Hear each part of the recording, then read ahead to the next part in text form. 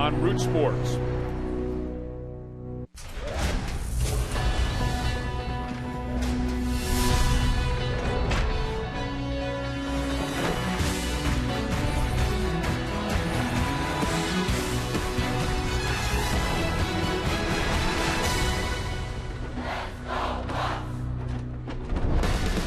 Folks arriving on the tee here as the Pirates get ready to take on the San Diego Padres at PNC Park. The finale of this four-game series. Pirates need a win.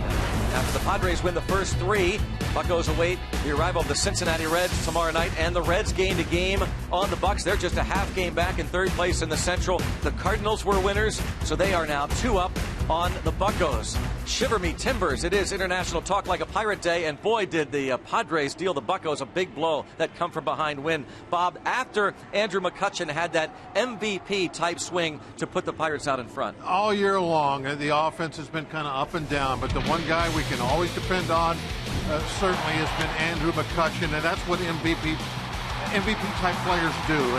They put the team on their shoulders and carry them, and last night he would not let that game go.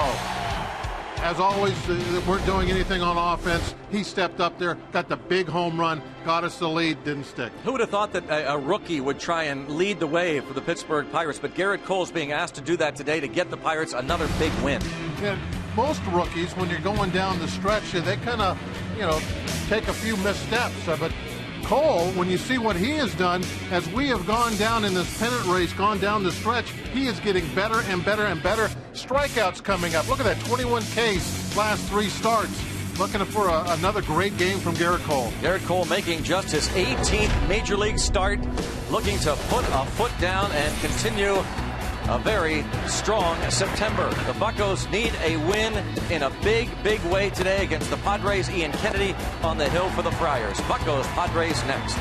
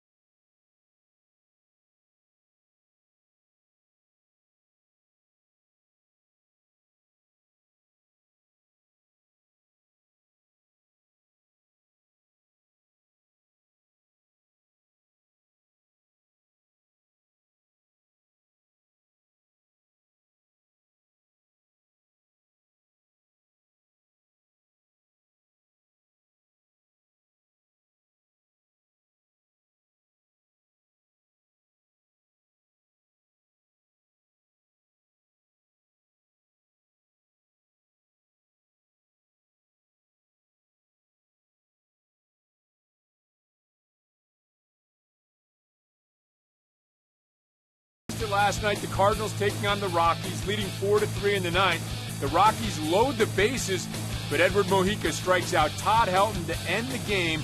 The Cardinals get their 41st road victory of the season, 4-3. The Reds needed extra innings in Houston, top of the 13th, bases loaded, 1 out. Jay Bruce doubles off Jorge De Leon. It scores Billy Hamilton and Shin-Soo Choo. The Astros got one back in the bottom half, but the Reds held on to win 6-5. So Greg and Bob, not much help for the Bucs last night. All right, Rob, thanks very much. The Reds arrived about 6 a.m. this morning here in Pittsburgh. They will get ready to play the Pirates in the big weekend series starting tomorrow night. Meanwhile, in about 2.5 hours, the Cardinals will take on the Rockies. Michael Wacha on the hill for St. Louis against Roy Oswalt. The Cardinals are playing very good baseball right now. They've won 10 of their last 13 games, and maybe Pirates going to call for some help from an even higher source, whatever it takes. Trying to get a win today. This is a, you know what, they are all important right now. You're down at this point of the season. You're basically behind the 8 ball a little bit when you talk about winning this division. That game last night hurt. You fall behind by 2. Yeah, it didn't seem like much, 2 games, but you know, when you only have 10 games left, 2 games, that's a lot. Yep. So they are asking for Garrett Cole again, as he did in Texas. Remember when the Pirates went to play the Rangers after being swept by the Cardinals in St. Louis, and Garrett Cole got the Pirates that big win down in Arlington to begin that 3-game sweep of the Rangers. Here is Bud Black starting lineup. Will Venable, followed by Kristen Orphea and Jed Jerko. This series 5 out of 12. Chase Headley will hit cleanup. Then it's Tommy Medica, the rookie, at first. Ronnie Cedeno is the shortstop. Nick Hundley does the catching. Ramon Fuentes in center field. And Ian Kennedy on the mound. Take a look at Cole's numbers, brought to you by Chevrolet. 17 starts in his big league career with an ERA of 3.33. I mean, that's pretty special. Pirates are definitely, and they have somebody that not only can they rely on down the stretch, but they're going to be relying on him for a long time. We're talking a lot about McCutchen winning the MVP this year. You see talking about Cole and some Cy Young action over the next few years. Andrew McCutchen in center field. We'll check out the rest of the Pirates defense behind Garrett Cole, who makes his 18th Major League start this afternoon and looking for win number 9. Jose Tabata in left, Marlon Byrd in right, starting Marte. He's with his wife here in Pittsburgh.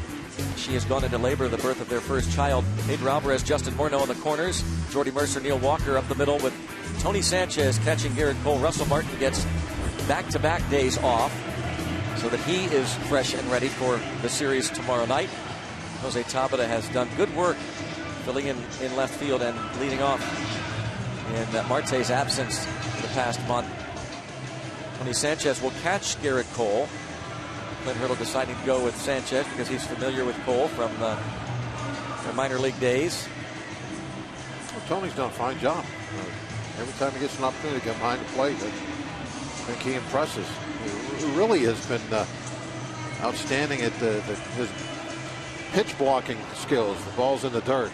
He's excelled at that. Michael McHenry is back, rehabbing that knee from the surgery. He was anxious to get back in the dugout, just about completely off crutches now. So the fort rooting on his teammates.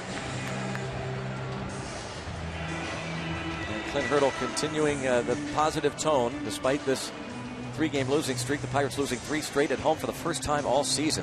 That's definitely one of the hallmarks of Clint Hurdle. He likes to stay positive. He won't let any negative vibes get into that clubhouse at all. And that's the way you should be. Well, what an emotional roller coaster in just a couple innings last night. McCutchen's home run, the place going crazy.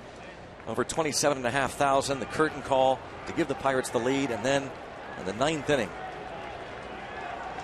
the consecutive pinch hit singles that scored 2 runs for the Padres, 3-2. Remember right too, when the Pirates took the lead, the Reds and Cardinals were losing. Yep.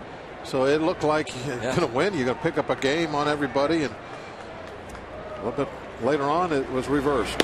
So you want to be in a pennant race? This is it. Buckle your seatbelt. We're down to the last 10 games as Will Venable takes strike one. And then last night in the 9th inning, that wasn't the way we wanted it to turn out for sure. But while it was happening, I'm just thinking, hey, this is what it's all about right now. The tension is here, the stress is here. You're looking at the scoreboard. You got a 1-run lead. There's runners on base. This is exactly what it's all about. It's pennant race. There's a breaking ball and a 3-pitch strikeout of Venable. Garrett Cole seems to relish this opportunity to put his team on his back. Well, we've really seen this a lot in his last 3 starts where he jumps out ahead and then bounces that breaking ball just beyond the plate and either gets a check swing or like that a full swing and a miss.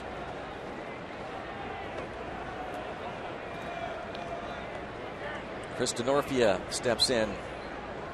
One of the big pinch hit singles by this veteran with 2 outs. He was called upon to bat for Alexi Amarista, and then he singled pinch runner Andrew Kashner to second.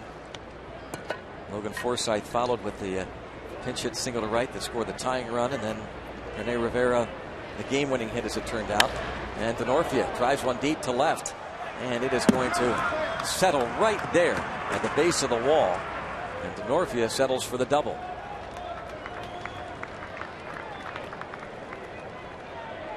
Lined drive double over top of his head for Denorfia. Good example of why it is tough to pitch in the big leagues. That's 95-mile-an-hour fastball, inside corner. Wasn't where he wanted it, but still inside corner, and he just gets roped into left field. And just because you throw hard, you're a mid-90 guy, there's more to it than that. The ball got trapped right there at the bottom of the cushions. Padding. Now Jed Jerko.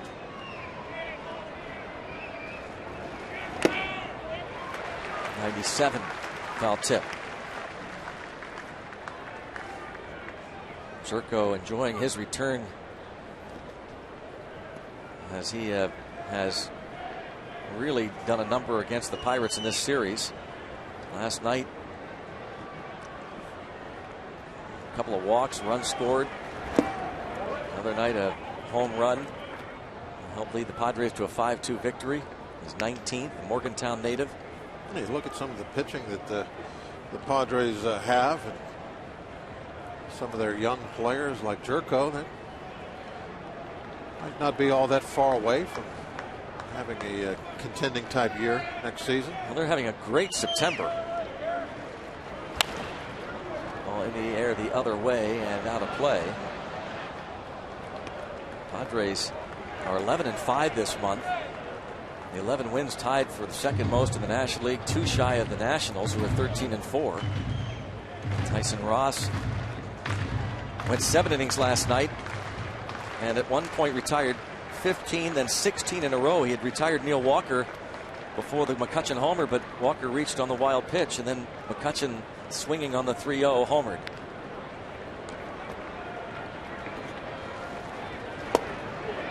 He had faced the minimum for quite some time.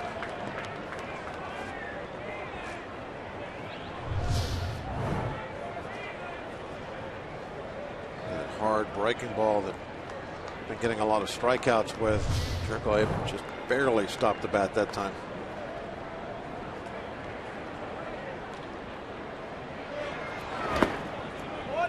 Again lays off tough, hard breaking ball. You throw as hard as Cole does, and you throw 2 breaking balls in a row with 2 strikes that close, you think you're going to get an offer, at least one of them.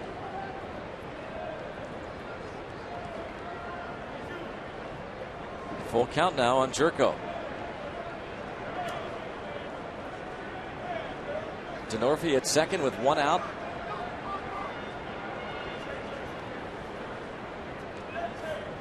His Padres feeling so confident. The numbers in September, winning 11 of the 16 games.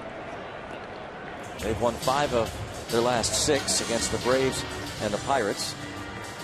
They've won 9 of the last 12, and then they come here to PNC Park, where just perplexing. They have won 31 of 41 games played in this ballpark.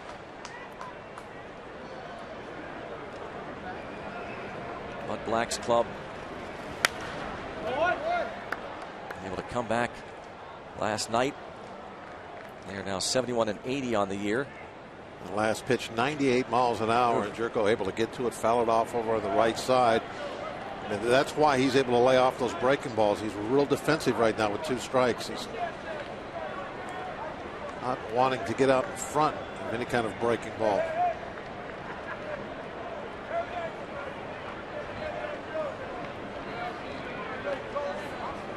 Another 3-2 pitch, and he walked him.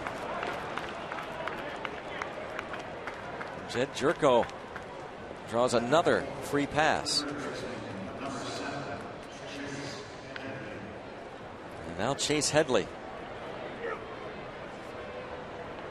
Cole and Jordy Mercer. They're talking about the signs. They may have already changed the signs. When Jerko he took those 2 close breaking balls, Tony Sanchez went out and had a quick little discussion out there. Might have changed the signs, thinking, hey, did he lay off those because he knew it was coming? And I think Mercer just went in to ask. 98 fouled back.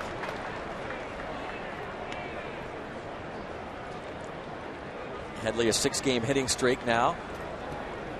1 for 3 last night. Chase Headley on this road trip is batting .355. Road trip that started in Philadelphia.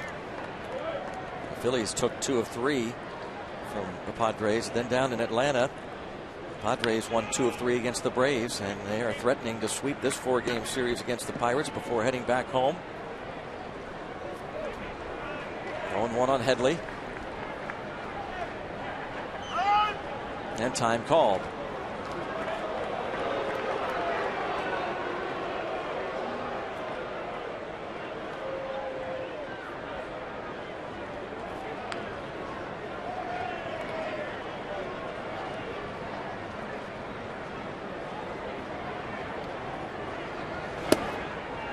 And it goes to a ball and a strike now on Headley.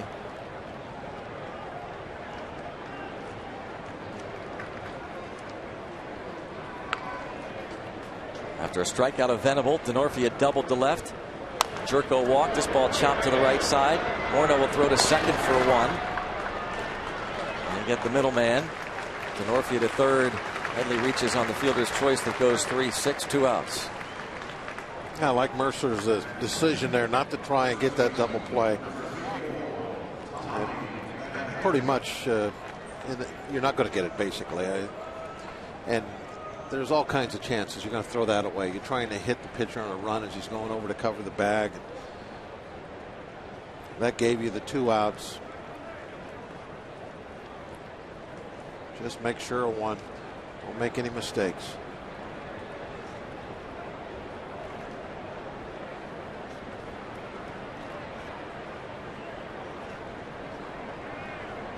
Now Tommy Medica. He has been anything but an easy out, playing in just his 9th major league game.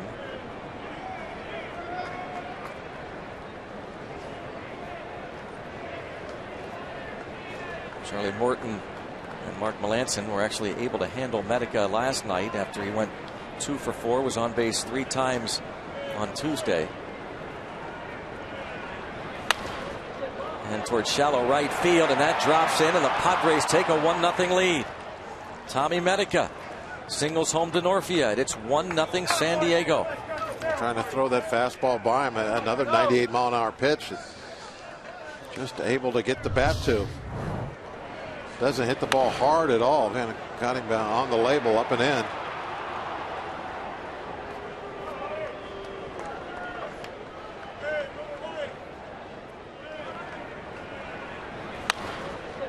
Drops it in front of Marlon Byrd.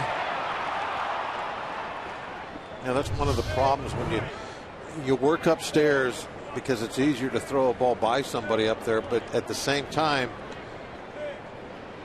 it's easier for them to bloop a ball over the infield when you work up there. A mishit ball down in the strike zone is likely to be a weak ground ball, which are almost always out. The weak fly ball turns into the little bloop base hit. Jam Cedeno out in front of the shortstop, 0-2. Cedeno was 0 for 4 in last night's game. He's 5 out of 12 in the series. Hitting .311 with the Padres. .353 career hitter against his former club, the Bucks. 0-2 the count on Cedeno.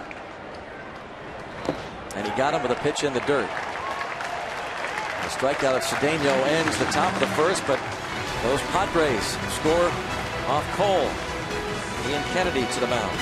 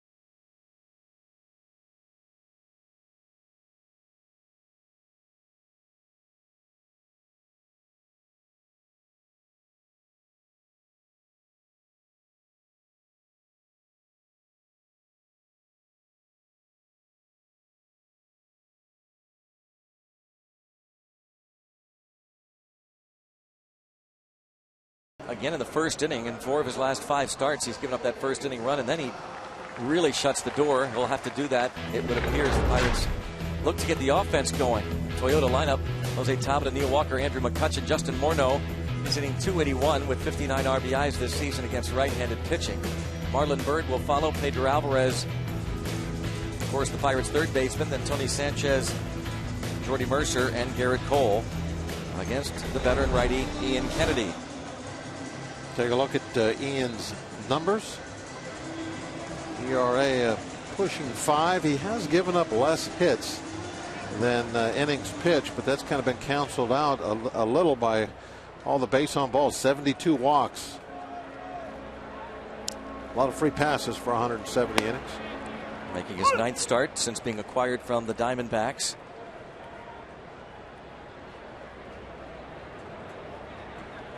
Beautiful day here again in the Berg, but Pirate fans getting anxious for a win.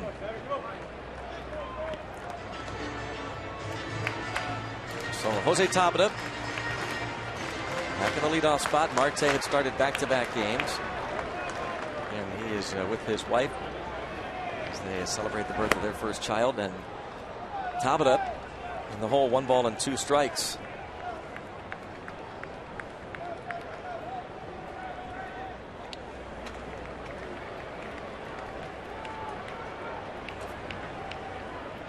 One and 2. Oh, look out. Tabata hit by the pitch.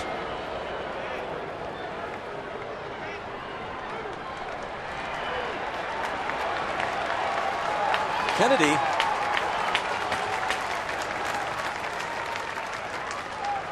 trying to say it hit the bat.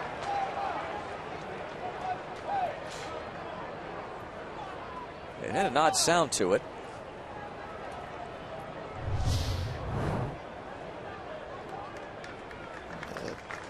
It looked like might have got the hand and the knob at the same time, but it definitely got a lot of the hand. You know, it's hard to tell. You just can't see it as an umpire in real speed. But it sure sounded like wood. Yep. So I mean, that's I think why Kennedy is complaining, because of the sound. Well, with the slow motion replay, you could tell, yeah, it hit the knob, but it also got a lot of his hand. Kennedy has given up 25 home runs on the season. Neil Walker is a career .400 hitter against him. We certainly need some home runs. It's the way we've been scoring. Only Dan Herron of the Nationals has allowed more home runs this season than Kennedy. Walker in an 0 for 11 funk and 2 for his last 36 at bats. This is a guy the Pirates really absolutely have to have. Start to drive the ball, drive in some runs. Talked about that before the trades when Tim Hurdle and the Pirates were saying, hey, there are guys in this clubhouse now, even if we don't make a trade, that if they get it going, we can win a lot of ball games, and Neil Walker knows he's one of them.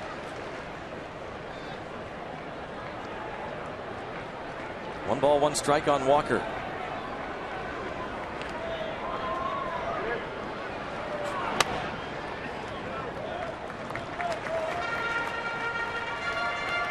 To 1 count now. This is the second time the Pirates have seen Kennedy this season.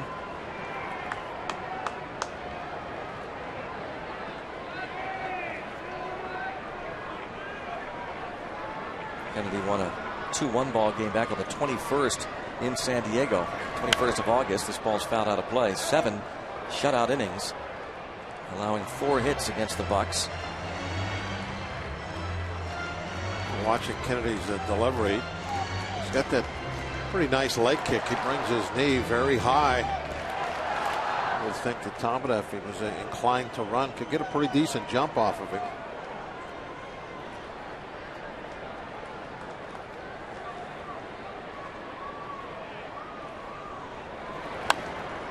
Pop foul and out of play. Stays 2-2. There's that knee up about even with his belt.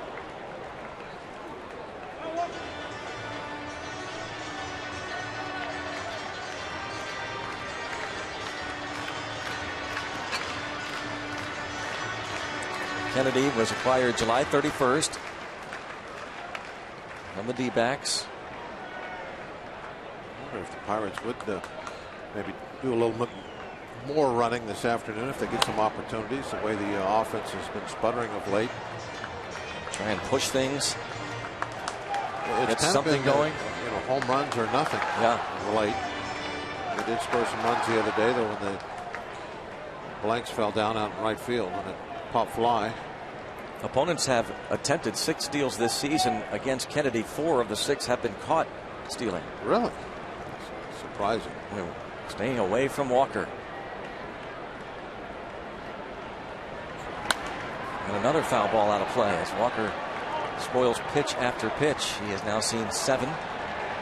Count remains 2-2. Keeping the ball away. Doesn't want Walker to pull the ball through that hole on the right side that is always exposed when you have a runner on. Medica having to stand on the base.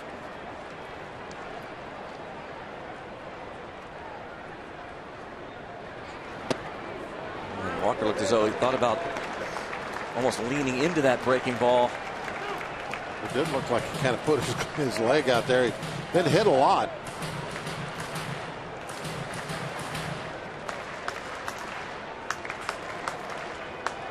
Down and away, 239. That's the spot they're trying to hit.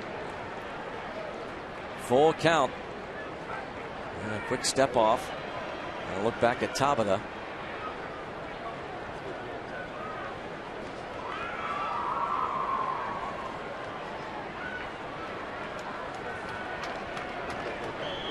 Ian Kennedy, 28-year-old native of Huntington Beach, California, out of USC. And there they go. The runner goes and a line drive, base hit to right. Tabata heads to third. It's first and third, nobody out. Exactly what Walker and the Pirates needed. And they need to answer. Working him away, trying to prevent him from hitting the ball through that hole, but Walker able to go out and hook this one.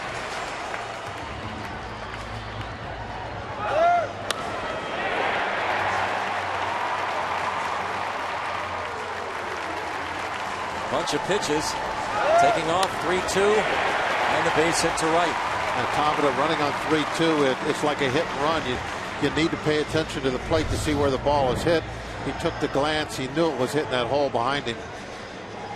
And with the big jump, obviously at that point, he also knew he could cruise on into third base. McCutchen is now tied for second with Chris Johnson in the batting race. He takes a strike, 327 average, and our Barrel League leaders stat, National League leaders in go-ahead RBIs. See where McCutchen ranks behind Goldschmidt, Brandon Phillips, and Freddie Freeman. Barrel Automotive were driven to be better. McCutchen 5 for 10 lifetime against Kennedy. Infield at double play depth. And he checks and takes. It's 1-1.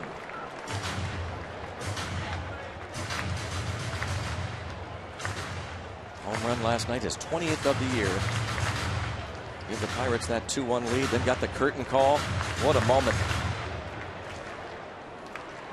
Third straight season, at least 20 homers and 20 steals. 8th Pirate to have a 2020 season. Second time it's been done 3 straight years. Bonds the other. And 2-1 the count on McCutchen.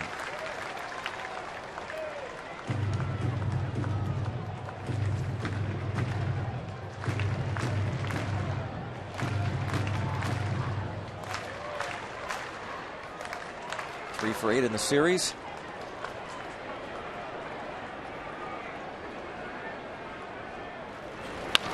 Ground ball left side. Diving stop. Headley from his knee. He'll get the out at second. RBI. It's 1-1.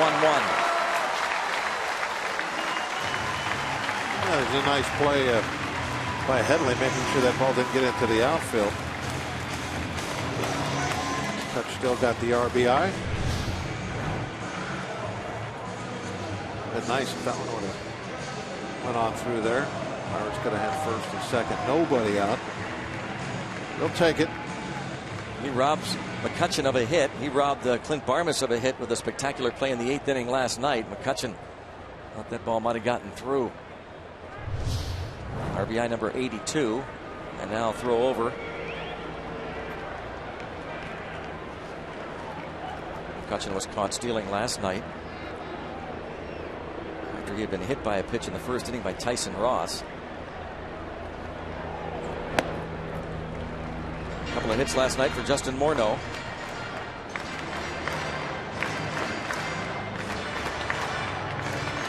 Numbers with the Pirates you see on your screen in 17 games at .259 with 17 homers and 74 runs batted in with the Twins. Bouncing ball into right. First and second. And that hole open just like it was for Walker.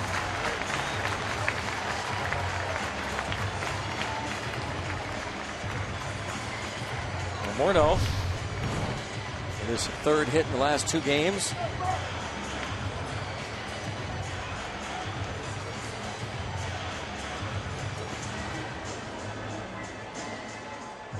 Batter now Marlon Byrd. Throw something slow like that down at the knees of a left-hand hitter. It's almost an invitation to hit one on the ground into right field.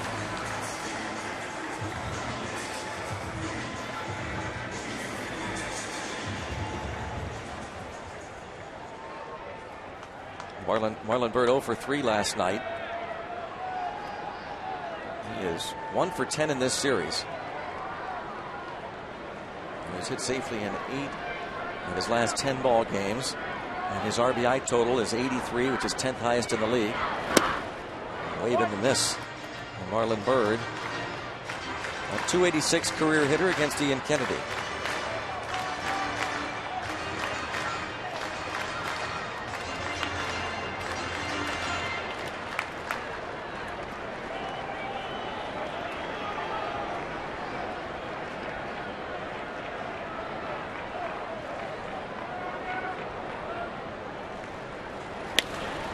Popped up.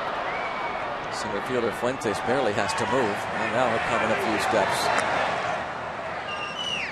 He wanted to make sure he caught that ball with a little momentum coming in, too, just in case. You never know what those runners, especially somebody with speed like McCutchen might be doing. Always catch the ball and put yourself in a position to make a good throw. Try not to catch it flat-footed. Exactly. Alvarez 0 for his last 17. He's now second in the home run race. His 33 homers, one back of Paul Goldschmidt. 8th in RBIs.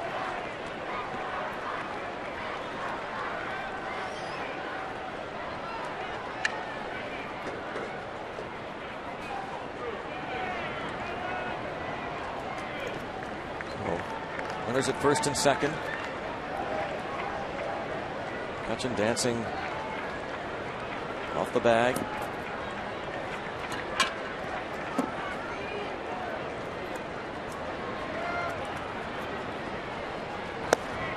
And a strike. Alvarez 1 for 12 in his career against Kennedy. 0 for 3 last night. Flied out and then struck out his last 2 starts. Dan Bellino calling the balls and strikes with Bruce Streckman at first, Mike Everett at second. Tim Welke, the crew chief. Umpires at third base. 0-1 on Alvarez.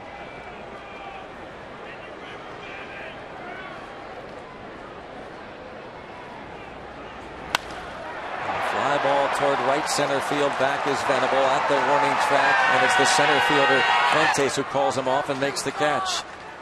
The Pirates settle for a tying run. It is 1-1 after 1.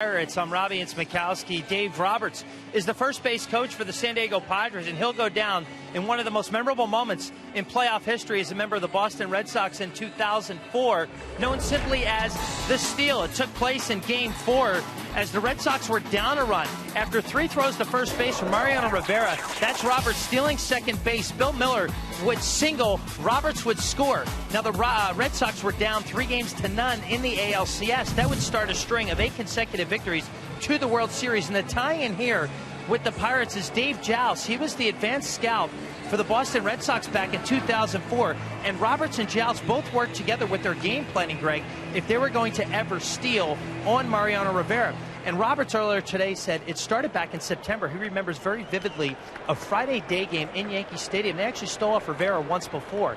He took that info that he had with regard to how long Rivera was holding the ball in that game, gave it to Joust and the other scouts. They put together a game plan. They said, look, if we're going to take any chance, if we get any opportunity, we're going to try to steal, because that's about our only chance at this point in time in getting a win against the New York Yankees. And I think we know after that steal, the rest, as they say, is history. Pretty incredible how a stolen base can change the momentum of a ball game. They were down 3-0 to the Yankees. No team had ever come back from a 3-0 deficit in a championship series like that. And then Bill Miller would drive him in and led to the great comeback Red Sox had over the Yankees. Another chapter in the Yankee-Red Sox battles over the years. Red Sox, after Miller drove in Roberts, really believed that they could come back.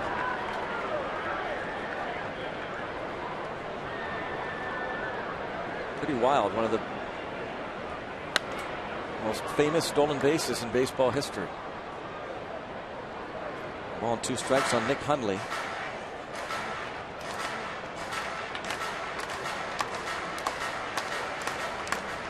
That's the Padres catcher. Hundley hitting .236.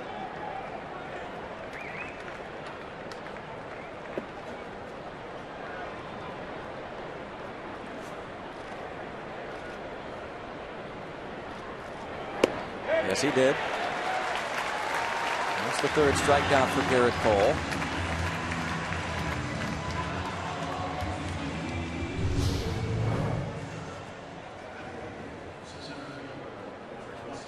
That check swing strikeout seems to be getting a lot lately. Second time the former UCLA Bruin has been matched up against the USC Trojan Ian Kennedy. They locked horns back on August the 21st at Petco, and Padres won that game 2-1. Cole went 6 innings, allowed 2 runs on 10 hits, and struck out 5.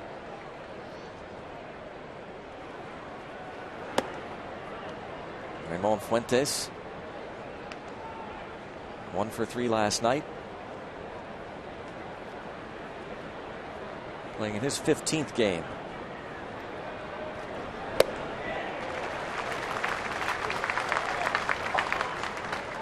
One and 2.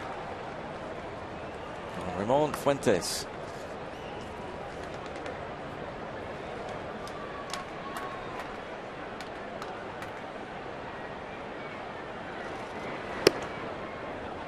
Lays off that fastball. 2 and 2.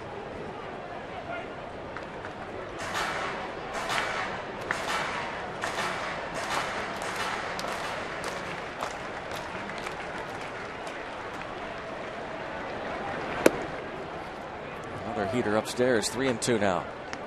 He doesn't want to lose this guy with all the speed that Fuentes has right in front of the pitcher.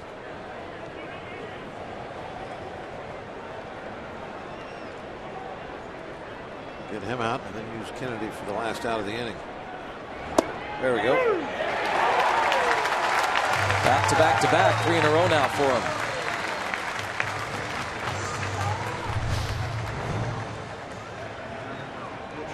Good velocity and excellent spot. It's just 99. Yeah, it's okay. It was a 3-2 pitch. He had to back off a little bit before a strike. It's a paint. Cole, 45. On the mound for the Pirates today and for the 18th time. And what is sure to be an all-star. Who knows, maybe Cy Young's down the road for Garrett Cole career. 0-1 on his mound opponent. A couple of strikes on him now. Hashtag Bucks Booth. Tweet us your comments about today's game, about the Pirates, about the pennant race. What do you think is going to happen today? What's going to happen the last week and a half? Kennedy hangs in there. 7 hits and 49 at bats. He has struck out 26 times. The Padres pitchers have the 2nd highest batting average of any staff in the league, behind only the Dodgers. And put it in play, but an easy play at that for Mercer. 1-2-3 for Garrett Cole. On to the bottom of the 2nd. 1-1.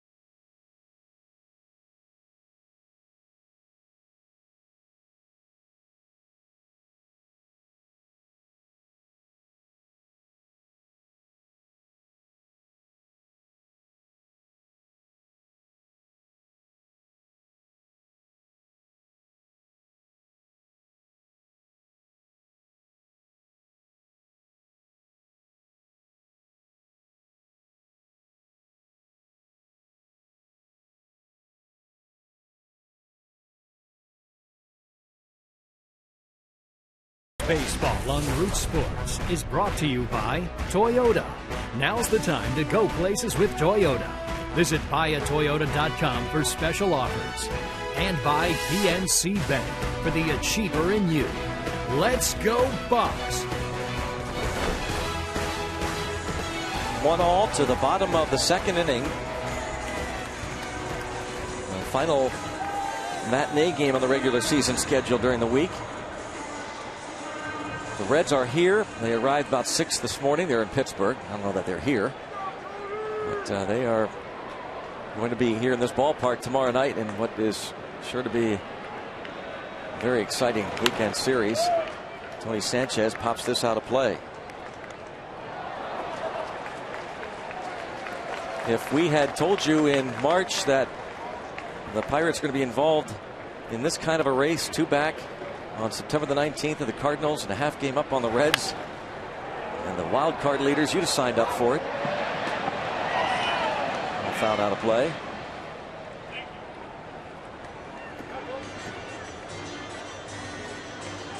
And I'm sure that there are a lot of people after last night's game, and me included, that didn't go home with a smile on their face, but there's still 10 games left. And you got to keep fighting right to the end. And you know, the bad part is that we don't play St. Louis anymore. I wish we had 6 games left with St. Louis instead of the Reds. Then you know, the things would be in our own hands. But right now we need some help. St. Louis has to lose some ball games, and we have to get on some kind of a streak, you know, to make up for those 3 we lost in a row. Check swing in the dirt, appeal. Got to win 3 or 4 in a row. It's a must. Well, the Cardinals are playing at Denver this afternoon, and then they go to Milwaukee for 3. Then they'll be home against the Washington Nationals for 3, and they finish up the regular season schedule at Busch Stadium against the Cubs. The Reds will go to Wrigley. I'm sorry, the Pirates will go to Wrigley on Monday, while the Reds will host the Mets. And then the Pirates next week as Sanchez takes. And it is 2 balls and 2 strikes. Tony Sanchez. Ian Kennedy gave up 2 hits and the 1 run in the first.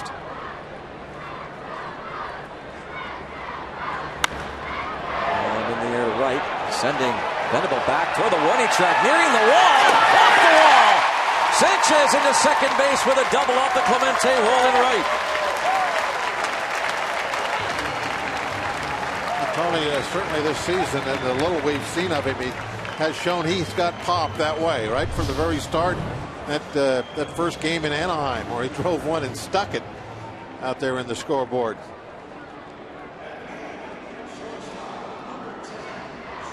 If you're a right-hand hitter and you got pop the other direction, this is a great ballpark for you. You can pepper that Clemente wall and occasionally get one over the top of it.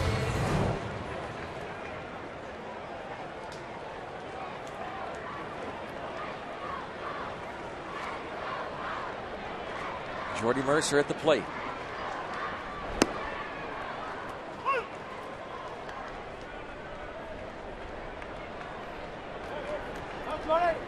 Since the All-Star break, hitting .300 is Jordy Mercer. Last 7 games, .364.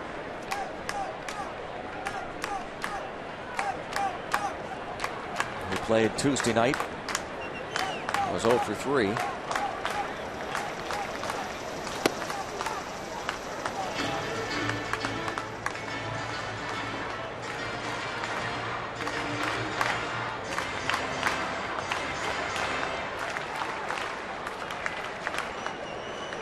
Martin taking care of the nails.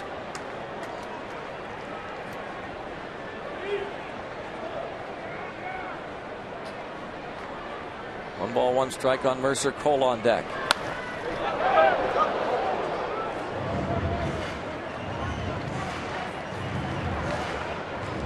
Mercer batting .295 with men in scoring position. A frustrated Parrott. Wanted that foul ball, didn't get it. And he's blaming himself. There's really no one else to blame. So what do you do? Put the silly string out. And into right center field. That ball is going to be caught on the dive by Venable. in right center field. Looked like Venable was going to drop like blanks the other night. You know what's almost bad luck about this is by catching it on a dive like that, it takes away. It could have at least been a productive out if it would have been just a routine fly ball, as that would have allowed Sanchez to realize, okay, that ball is going to get caught. I'm going to tag up and move to third. But Tony couldn't do that because that ball the whole time looked like it was going to fall for a base hit. So he had to play it halfway. Chopped over the mound, second baseman Jerko throws on to get Cole. If he could have moved to third, now infield's in. That chopped over the mound ball, that's a base hit that knocks in a run. But instead, it's a ground out in this situation. This is Tony Sanchez. That ball hit by Jordy Mercer. If it's a positive out, if Tony could move to third there, he just would have been knocked in by that chopper over the mound. Ifs and buts. They'd all have a Merry Christmas. Is that how it goes? Yeah. Ifs and buts, candy and nuts. Every day would be Christmas.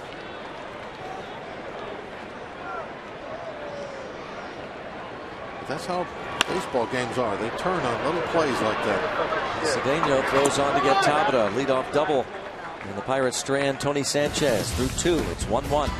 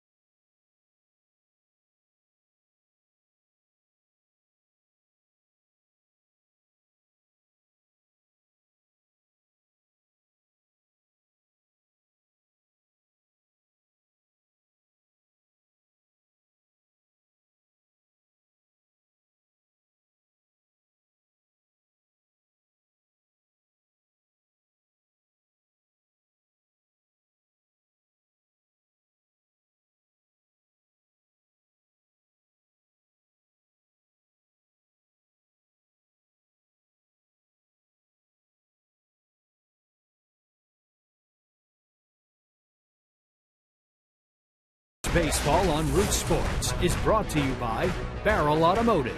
We're driven to be better. And by Levin Furniture and the all-new Levin Mattress Stores. For a great deal on a new bed, shop Levin's. Let's go Bucks! 1-1 ball game to the third inning here. PNC Park. Garrett Cole against Ian Kennedy. Clubs exchange first inning runs. Top of the order, Will Venable against Garrett Cole. Cole has struck out 4. Good way to spend your 5th birthday with the Bucks.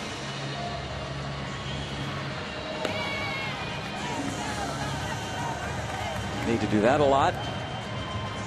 Another 5th birthday party here. That's right, ban the DH. That way you can grow up with a glove in your hand. Play real baseball. That's right.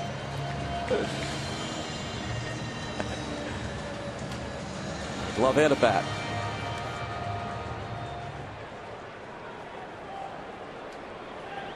Garrett Cole with Will Venable at the plate.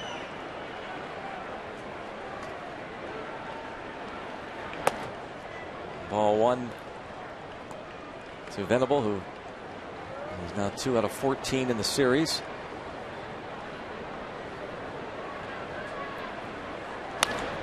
Grounded right side, Walker. Nice stop to his feet. And a pick at first by Morneau.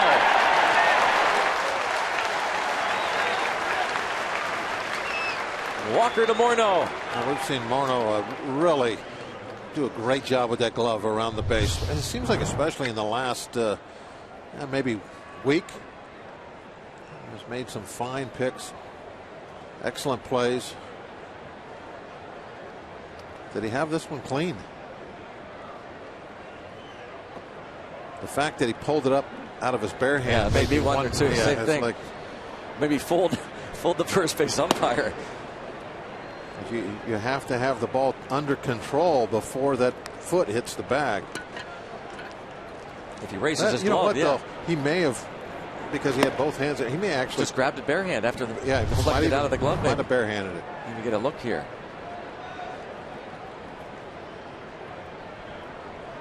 I don't know. It might have been rolling around a little bit. It's hard to tell. All of a sudden, Denorfia takes ball 3. Denorfia doubled over Tabata's head in the first inning. And he'll take a 4-pitch walk. It's the second walk for Cole. Everything away. I think remembering that double was a fastball right on the inside corner. He kept going away, and just couldn't nail down the pitch out that way. Just everything outside, just a little bit.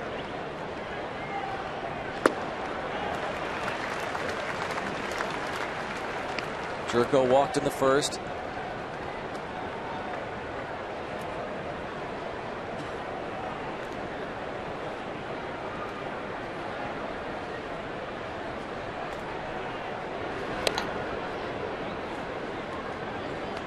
Denorfia, outstanding speed.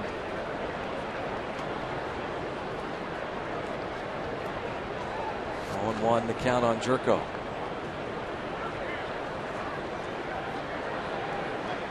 There goes Denorfia.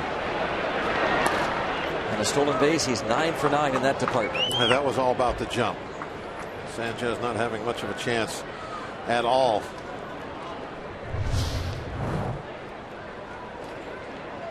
He was off very quick. I think the ball was even in the dirt, wasn't it, at the plate?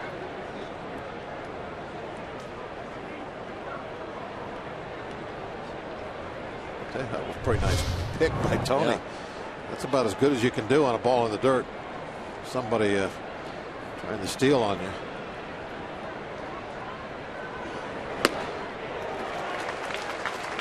That's why you go upstairs with 97. Tough to catch up to. But if they do, that's when you give up those little tinker base hits and flares.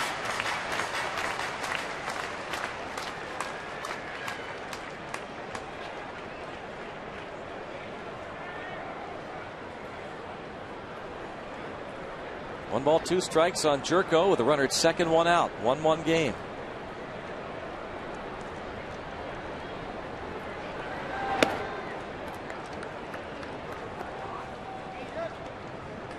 Now even. Garrett Cole, who threw 132 innings last year, got 175 innings pitched this season.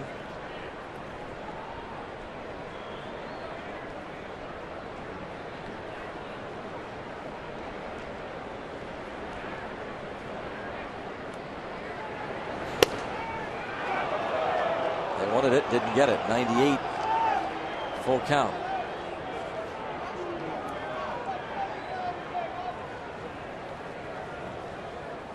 Pitch that was outside to Jerko.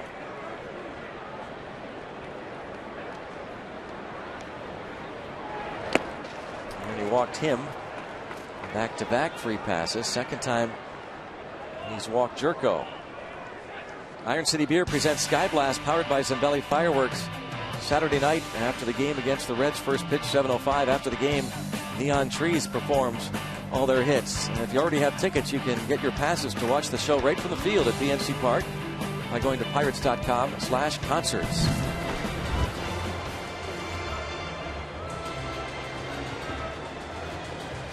Cole has not walked more than 3 in a game this season. The thing that, these walks, might not be that big of a deal. He had a base load, maybe setting up a double play. But one thing that's happening, if you don't get the outs when you pitch around somebody, all you're doing is driving that pitch count up. He's getting close to 50 now in the third inning. Chase Headley at the plate.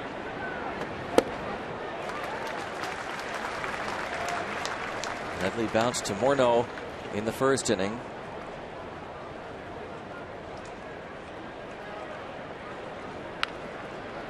It was a ball that they were able to just get one on. And Medica, that just a little flare punch shot out to right field right after that to score the run.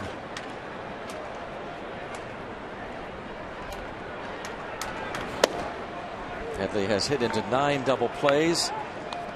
Jed Jerko has hit into 13, the most on the team.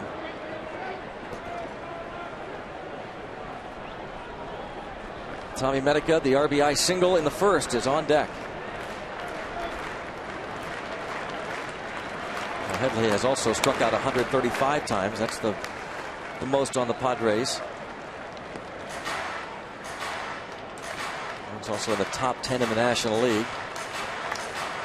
Headley, who had his bust-out season last year when he hit 31 homers and drove in 115.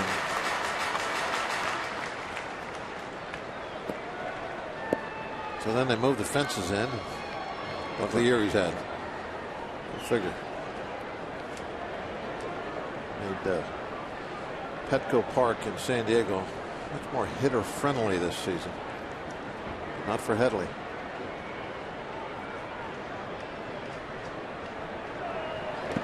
Yeah, he did. Appeal? I would have had to put the right hand up. You know he swung, Greg. Here, watch. I thought he did. Yeah, maybe he did. Good call.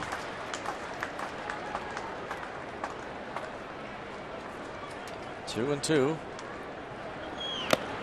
And there's a strikeout. Foul tip into Sanchez's mitt. Swung at that one.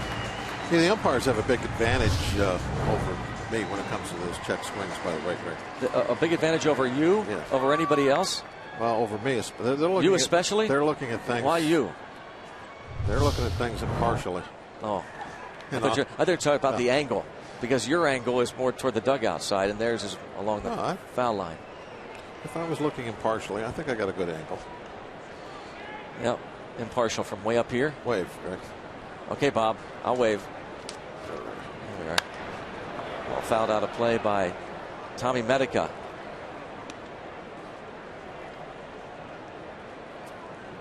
Five strikeouts now for Garrett Cole.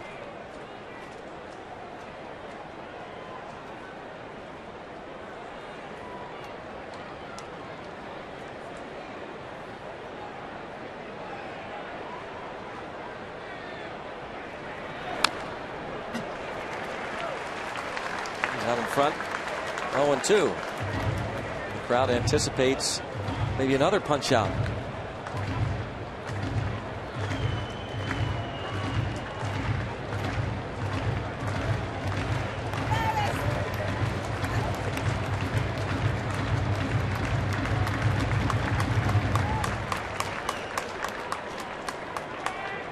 Two on Medica. And in the dirt, blocked by Sanchez.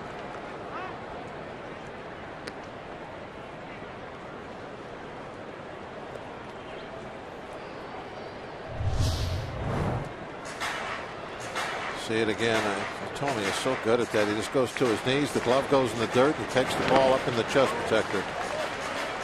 That is the absolute way they're taught. Don't try to catch the ball with the glove. Just keep it down on the ground. Let the ball hit you. And he got him. Sixth strikeout for Garrett Cole. It's 1-1 after 2.5.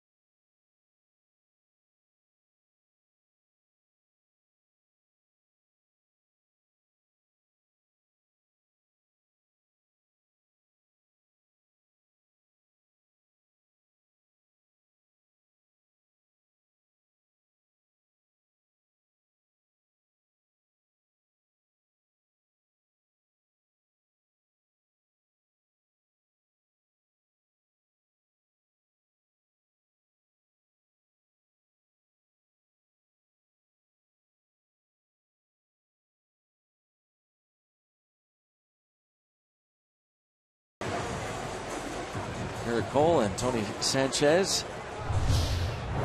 back in the dugout.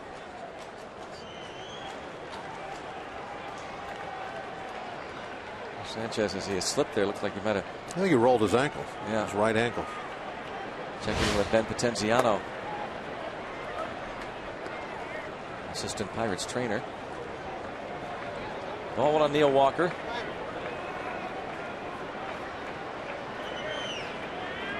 He's good. He's strong, young. Yep. No problems. Little ligaments and stuff. They're still very flexible. Plus, you're not going to get him out of a game right now. A bit of a pennant race. Started about its 10th game. No way. Oh boy, does he love it too. He loves playing the game, but really loves being involved in this pennant race, as most players you would think do, but for this rookie especially, trying to contribute. One away. Free Shirt Friday. Reds in town tomorrow night. All fans will take home an Andrew McCutcheon t-shirt courtesy of Highmark. Get to Federal Street before the game for the Budweiser block party, local live music, and meet former Pirate and former Red, the mayor, Sean Casey, at the Budweiser bar from 5 to 6. For tickets, go to pirates.com/Free Shirt Friday and ask Sean who he's rooting for. That's a good question.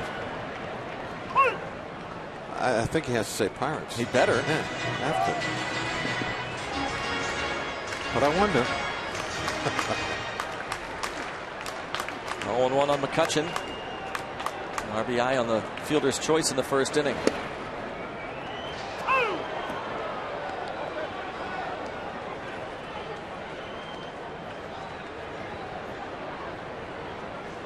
Still the Pirates looking to string some hits together.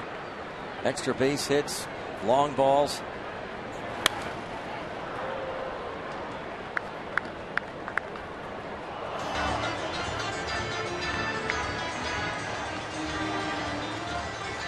Tony Sanchez doubled off the Clemente wall in right to start the second, but he was stranded.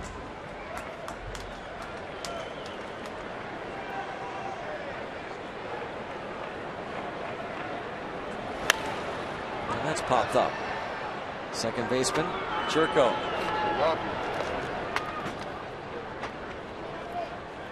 Grounder to short, pop up the second.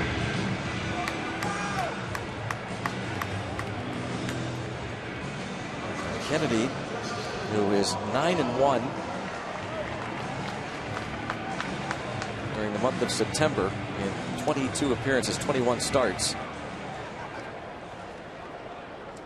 Since 2011, Ian Kennedy is 24-9 after the All-Star break. Big time second half pitcher is Ian Kennedy. 0-1 on Morneau. 0-2. Somebody downstairs not liking the wide strike zone. Do you hear that? What time's your flight? Yeah, that's an old something. The umpire's been hearing that for so long.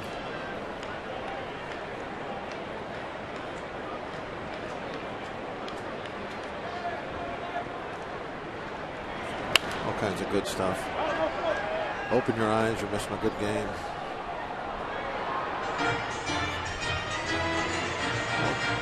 A number of good cliches you yell at umpires.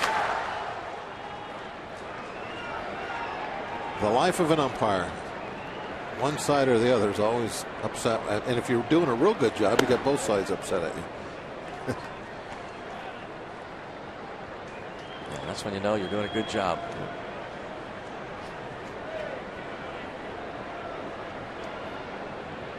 No home games for umpires. Always on the road.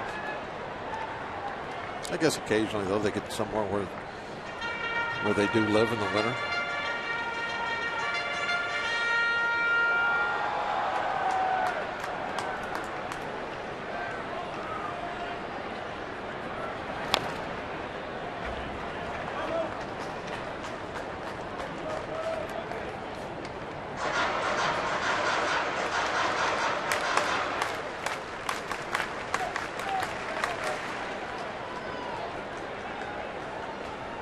See that FP on the sleeves of those umpires in honor of Frank Pulley. Umpired for about 30 years. He died at the end of August at the age of 78. I know he was one of your favorites, Bob. Absolutely. Loved having Frank behind the plate. Might have been my absolute favorite if I had to pick one guy.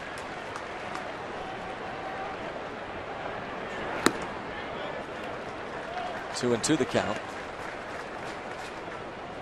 He had a nice, 78 years old. He had a nice fair strike zone, but if those hitters started chirping at him, they better start swinging the bats because it would just get bigger. Then what was his strikeout call? It would just like the punch, a little punch, yeah, a little quick, like that. Like what? Like how again? Was that one of your favorite calls? You know, I like the umpires to just a little bit because if they did some big elaborate thing, I always thought they got tired and quit calling strikes. So if it's a nice little short, I like that. Can't get tired doing that. You can do that all day, can't you? But Frank, he was one of the best.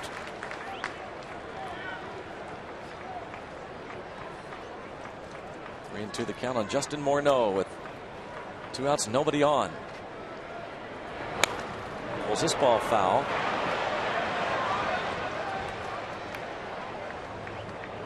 This will be the 12th pitch of this at bat for Morneau, who singled to right field in the first.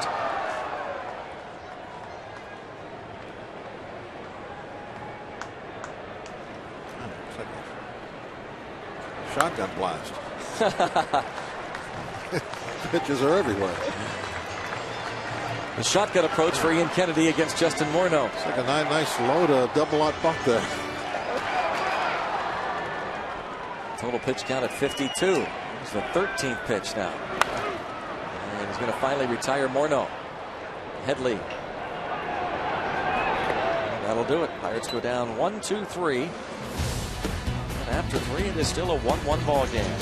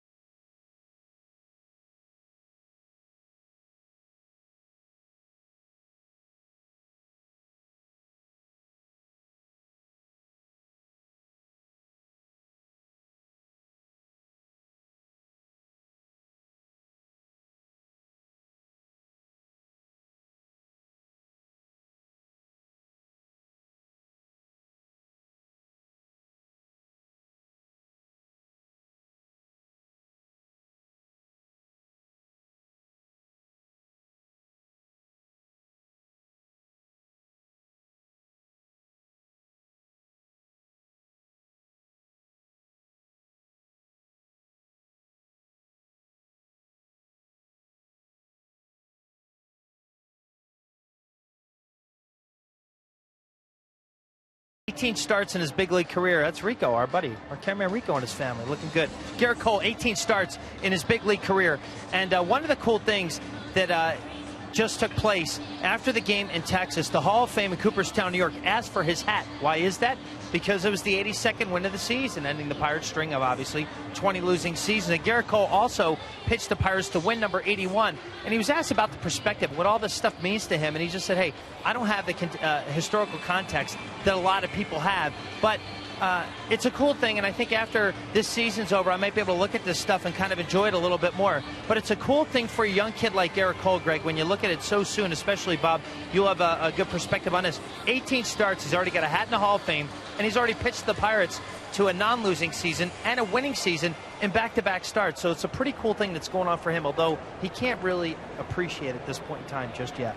He seems to always be looking toward his next assignment. He's not a guy that sits back and pats himself on the back at all. He's always looking to get better. He's a perfectionist. He wants to be the ace of this club already. The off season and when you retire, those are the times I think you look back and you reminisce about the stuff that's happened to you, and especially in a rookie season. There's so much new stuff going on just because you're a rookie and you're up here for the first time. New stadiums, new teammates, figuring out the umpires, all kinds of stuff that you're going through that you don't even realize what's going on until the season's over. And then you start thinking about it and you're like, oh yeah, that was kind of nice. Number 82, 20 years, and I happen to be the guy that got it. That's especially if, and that's why I talk about after you retire, if Garrett has a long, successful Pirate career, that will be kind of a neat thing for him to think back on. Steve Wright, 3 call. 7 punch outs now for Cole.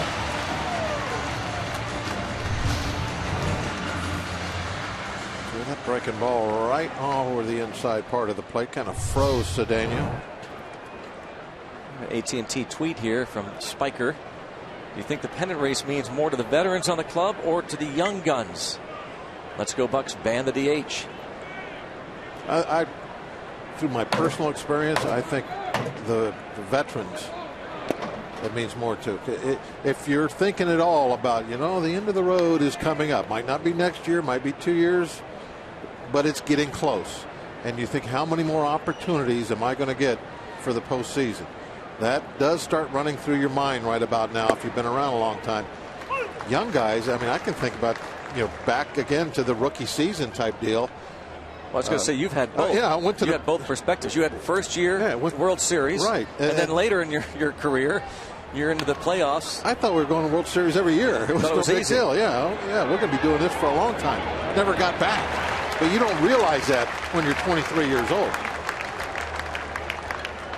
So it's the older guys that really have the appreciation for how tough it is to win a World Series, to even get to a World Series. Really, I'm sure it's extremely important to Jason.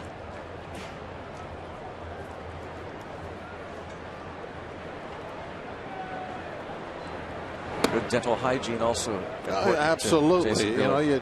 Something a rookie wouldn't do. That's a big part of it. Yeah, that's a veteran move. It's a full house. I'll say. Russell Martin, a veteran.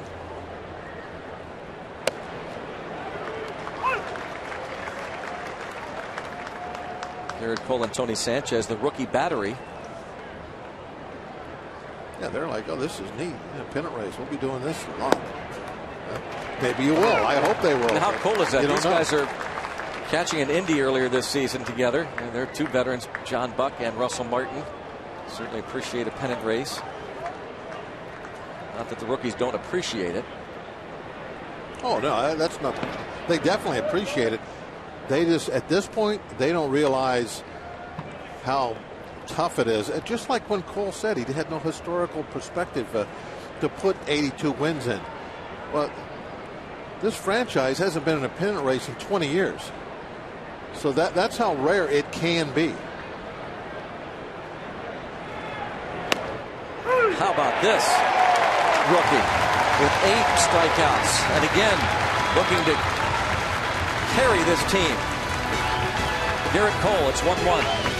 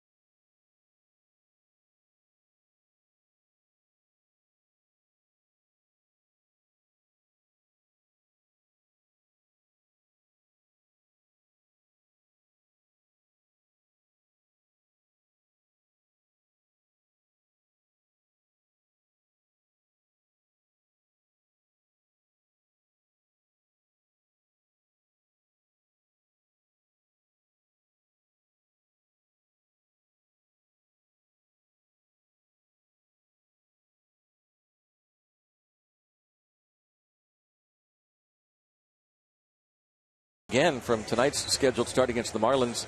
Instead, he'll start Saturday for the Nationals. He was scratched from his last scheduled start Friday with right forearm irritation. Last sideline, Davey Johnson said he felt great, but scratched again tonight and scheduled now to make the start Saturday.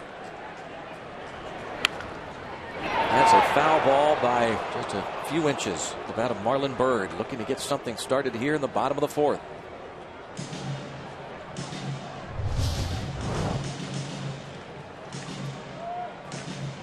Barely into foul territory. Look from the Allegheny Health Network, Supermo. You know how we praise the ball girls here as being the best in the league? Another example right there. She went out to catch that one and let it go. She wasn't sure. I'm sure Mary McVeigh Zapala watching today would appreciate that. She was there in the River Stadium days back in the early 80s. And 1 ball, 2 strikes now on Marlon Byrd. Garrett Cole now with 8 strikeouts. He struck out 4 of the last 5 batters he's faced.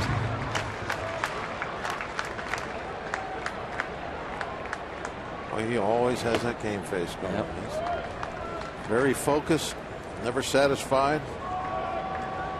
Plenty of time for smiling in the clubhouse later on.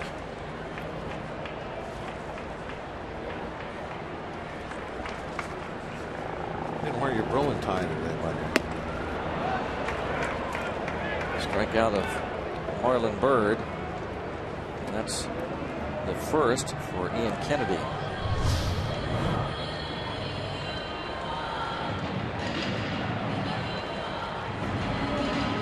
Chases the high fastball.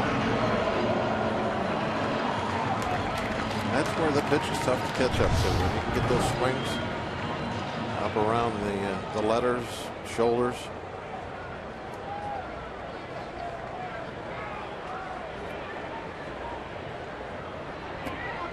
Alvarez flied out to Fuentes in center field and couldn't hold up on that swing.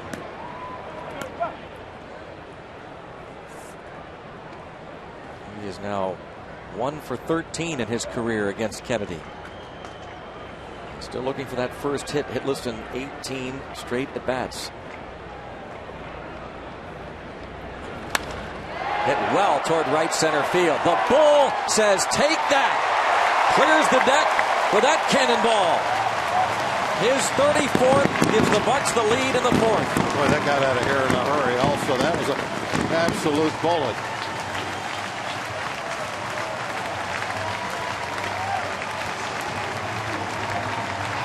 When Pedro hits a home run, there's not too many of them that you have to really wonder about.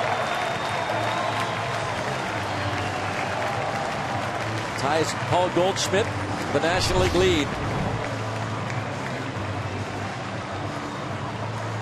Right down the middle. It couldn't have been more center cut.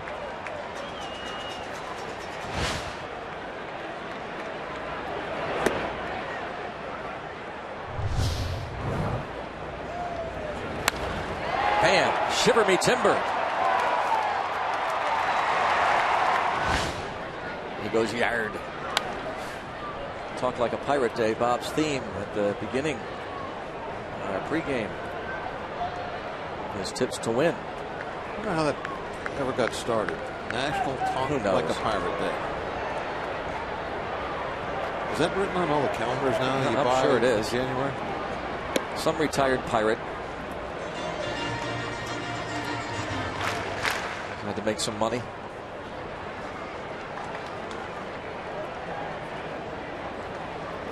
Two and one on Tony Sanchez.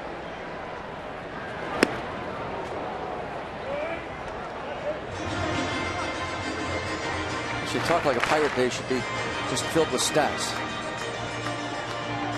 Talk home runs, RBIs, ERA. Everybody all around the country. That's right. Talk star Joe Clemente, Tony Sanchez, a base hit to right. He's 2 for 2.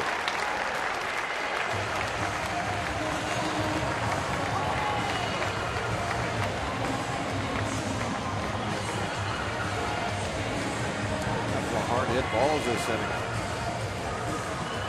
We'll see a little action in the Padre bullpen shortly. Maybe one hit away from that.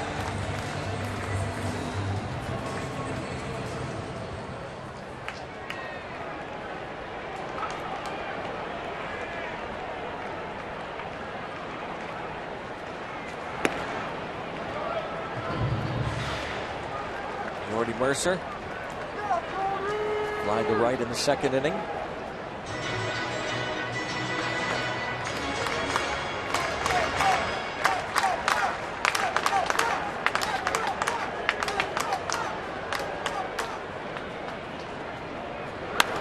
And lines this one to right field. This could be trouble. It will be. Pass Venable into the corner. A double for Mercer the other way. It's second and third with one out. Beautifully done. Now it's a little decision time. What are they going to do with the pitcher hitting? Well, they try to come and cut that runoff. Most likely will. Outside pitch. Takes it the other way. Really a nice coming out here from Mercer. Proving with that bat that he belongs in the big leagues. Infield is in now. They'll try and cut the run off at the plate. Cole, last time up, get that chopper right over the mound. It'd be nice to see that same ball. It'll roll out in the center field. You know, as intense as Cole is on the mound, he's just as intense with the bat in his hand. Talk about banning the DH. I can never see this guy playing in the American League. Will not be happy.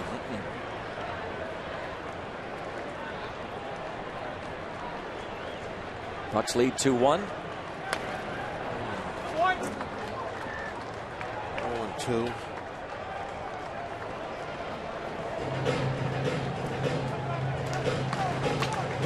Look from left field.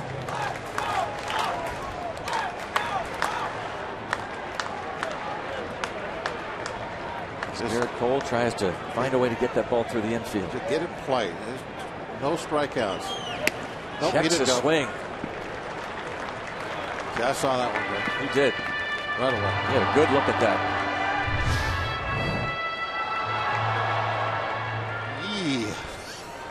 That's a little bit closer to a swing than I thought. Did they ask?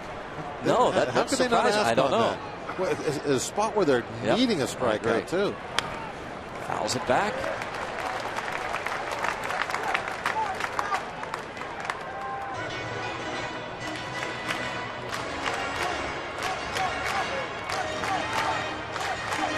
One ball, two strikes on Cole with Sanchez at third, Mercer at second. Pedro Alvarez with his 34th home run gives the Pirates the lead.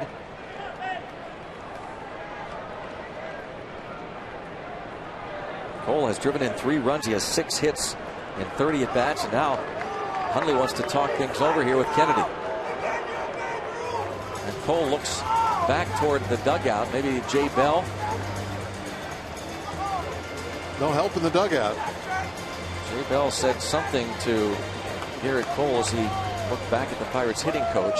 Choke up, get a hit, put it in play. Don't strike out.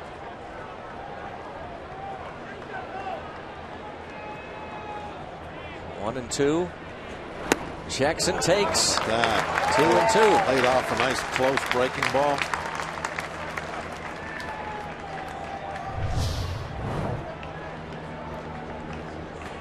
Man, that had to be a tough one not to swing at. Bell said he's going to throw your breaking ball. Going to try and make you swing and miss it a pitch Oh, the way. He did. That's exactly what happened. But he comes back and gets him, and on the backswing he hits the catcher Hundley. A strikeout. Second K of the inning for Kennedy, and that was a big one. And Hundley took it on the backswing. That's what happens when you're able to lay off. I'm on the back of the hand. When you're able to lay off that breaking ball, that tells the catcher, it tells the pitcher, okay, he's not ready for the fastball. Because he didn't pull the trigger, didn't even check swing that time on that breaking ball. They came inside with the fastball, and sure enough, it was late. Came back and picked it. That's when you hear people talk about reading the swing, reading the hitter, what's he trying to do? That's an example of that. Even when a hitter takes a pitch, it tells you something.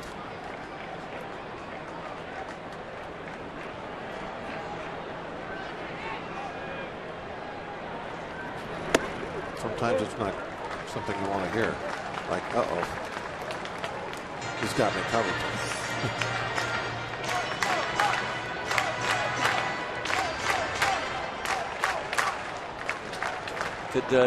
Did Cole's reaction, the point, have any effect at all? Does that play into it at all? And look toward the dugout and points. 2-0 count. And it's 2-1 on Tabata, who has been hit by a pitch and grounded out. No, I mean, as far as what they're going to throw him, no. No impact.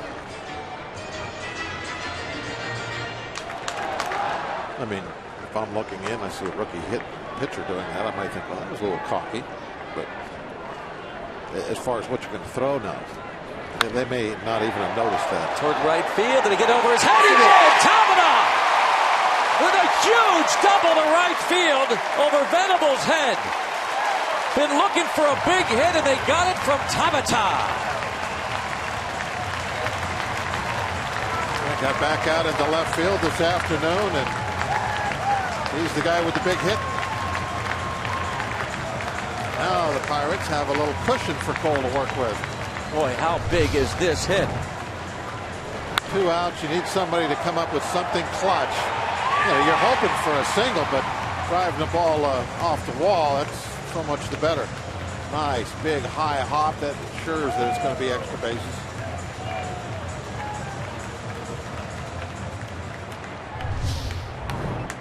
Big time clutch hit with 2 outs. Tabata drives in Sanchez and Mercer. That bullpen going. And no reason right now to back off. Even another base hit, get another run home. You know, after what happened last night, I think you really want to add on every time you get somebody in scoring position. Well, the Pirates owe the Padres, after what they've done to Pittsburgh over the years here in this ballpark, in their home yard. Padres 31-10 at PNC Park and winners of 14 of their last 15 games played here.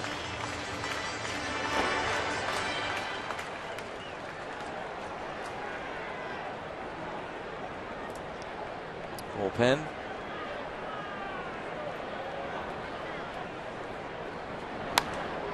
High fly ball to right field. Is it enough? Back to the wall and gone! Neil Walker! Number 11. 6-1 Pirates in the 4th. That's the way you add on. Don't back off that throttle at all.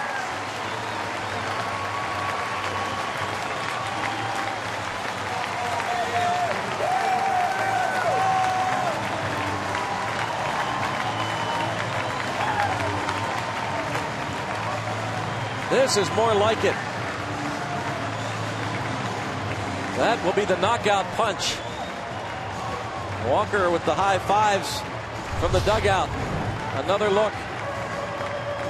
Now this is exactly what you were hoping for. Come up with this win today. Get back on your feet after these prior 3 games.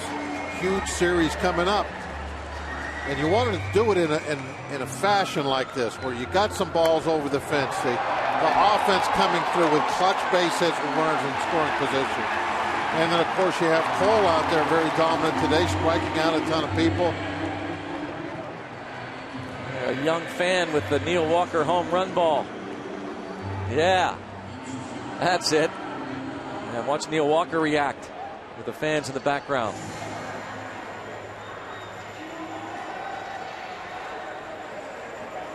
Some big hits in this inning. The home run by Alvarez with 1 out to give the Pirates the lead.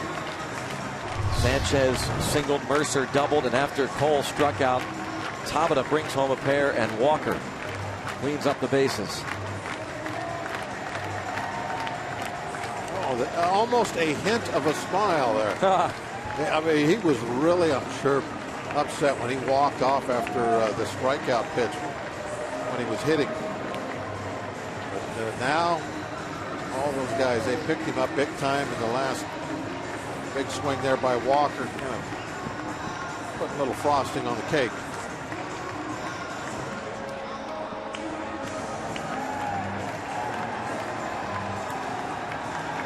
Walker has said that he felt like he was hitting the ball hard this homestand, but the ball, for whatever reason, was not carrying for him. That one carried out just enough.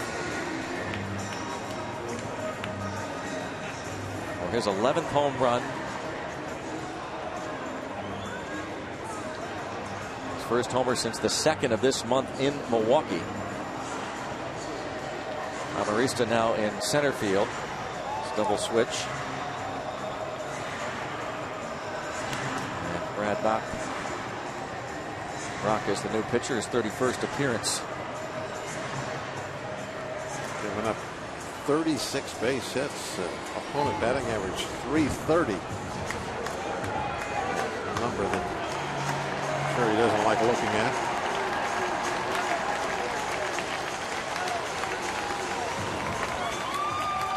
And here comes McCutchen.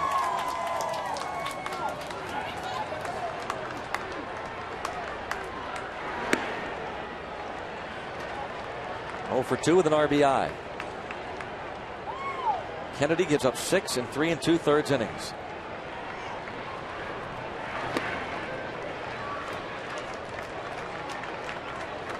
Pirates knock out the veteran Ian Kennedy, his shortest outing of the year.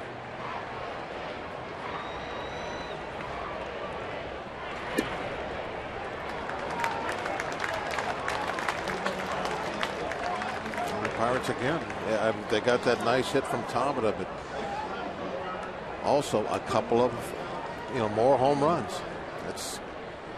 That is really what this team has become. It's a home run hitting offense. 3-0 pitch fouled off. It's not about trying to use speed and that kind of thing, move runners along. I mean, you still have to do that, but at the same time, these guys hit it over the fence as good as anybody. Oh, headed toward the seats. And just out of reach. Medica went over.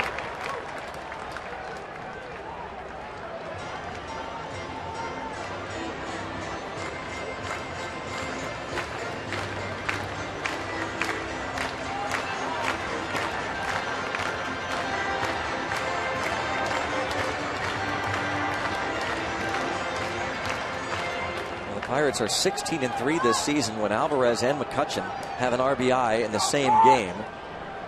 35-13 in their careers, and McCutchen, who has 1 RBI, walks. And that will bring Morneau to the plate, the ninth batter to come to the plate here in the 4th inning.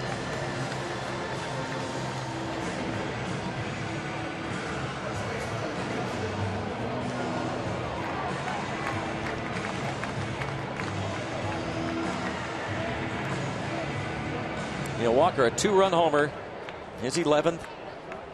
He's 2 for 3 in this ball game. Morneau, 1 for 2.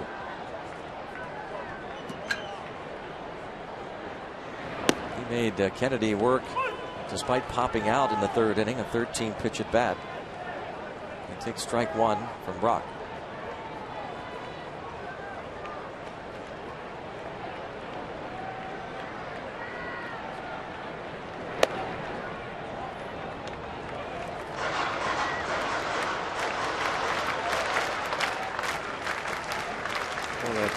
Nice pattern he had last time up.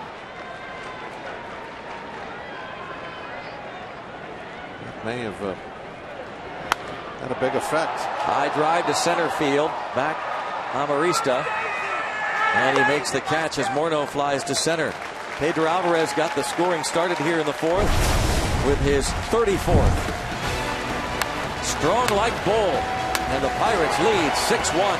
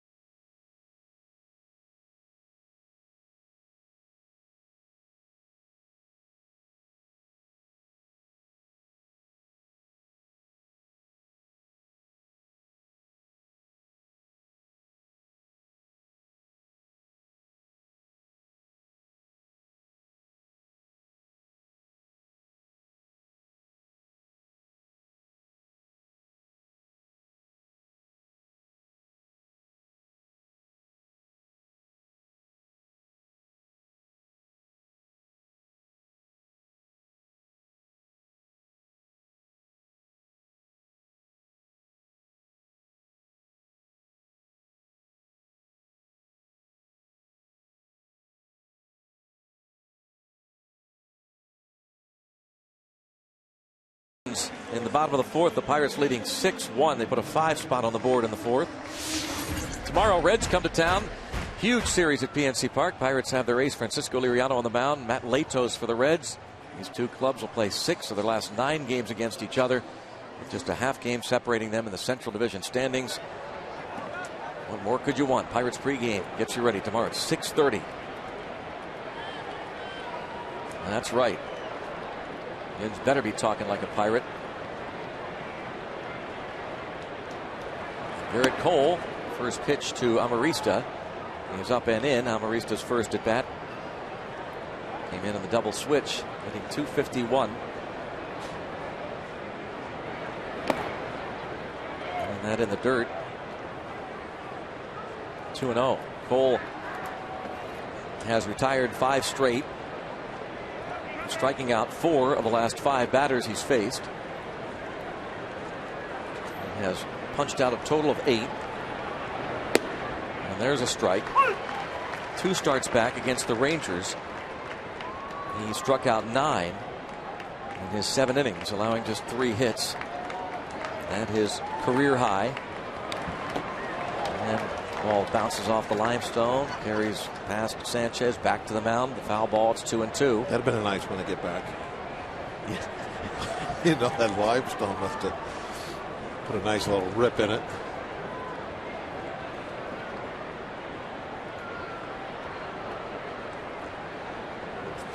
Throw a Charlie Morton pitch when that ball really moved.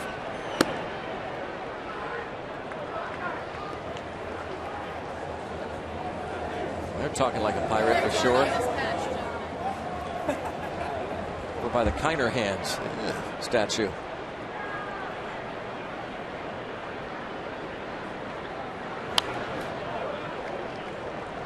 And stays 3 balls and 2 strikes on Amarista.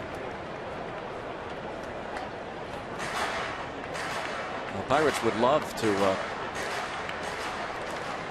with a comfortable lead, get Cole out of there, you would think, after, say, 6. His pitch count at 74. You mentioned that he threw 132 innings last year and 178 this season. A theory that pitchers under 25 years of age should not increase their innings from 1 year to the next by more than 30. And there's a strikeout, number 9, and he is on a roll.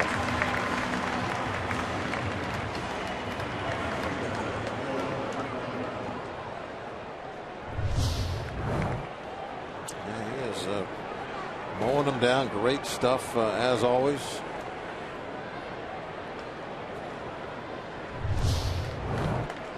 He has struck out 5 of the last 6 batters.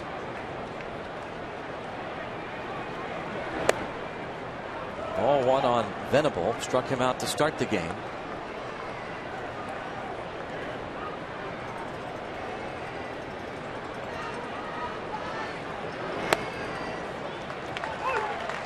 The Pirates continue to say they'll watch Cole, his innings, his pitch count very closely, but they feel strongly that he is such a strong pitcher that he's just fine.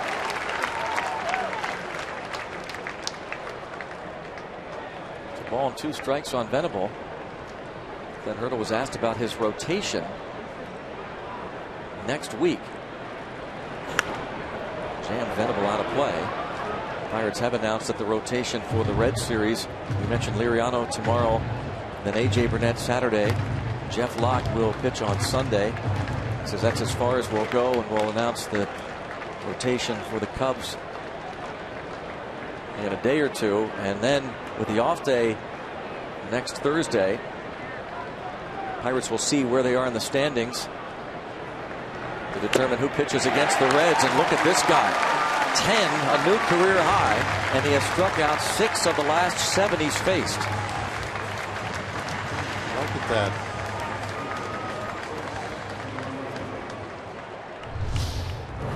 And I don't know.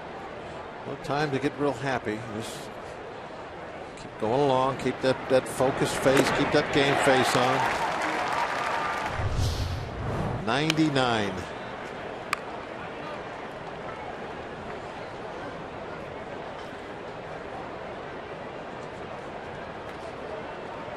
Owen won the count on Denorfia. Think of the acceleration that has to take place at that baseball. Bounce left side and through. That is the first hit, Bob, since Tommy Medica's single in the first inning.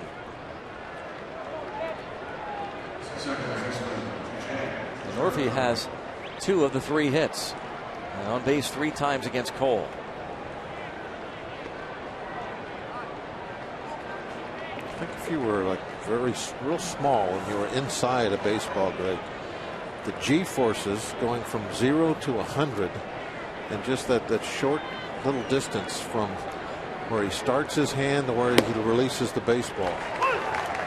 Just a couple of feet. It's almost like at the blink of an eye.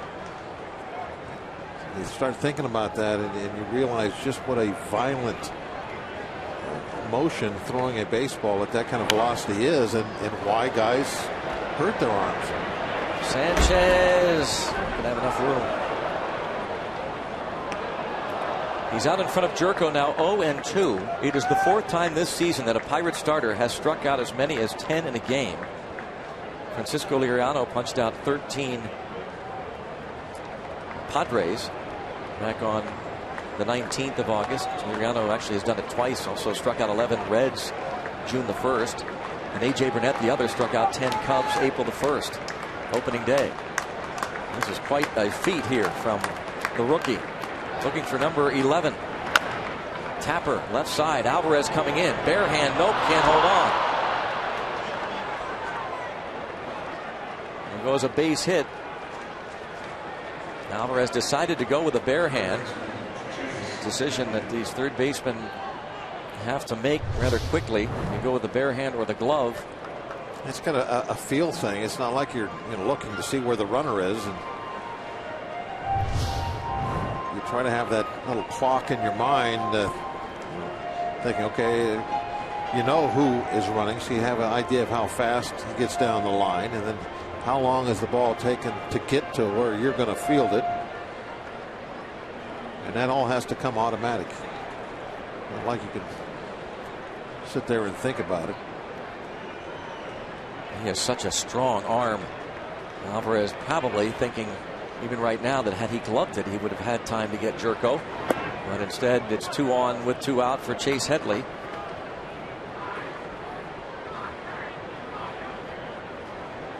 First Pirate rookie with 10 or more strikeouts in a game since Josh Fogg, August 16, 2002. Did it against the Brewers. My guess is Fogg wasn't throwing 99 that day. Good guess. In the air to left. Tabata drifting back. And Tabata secures it. Garrett Cole has the train rolling. 6-1 Pirates.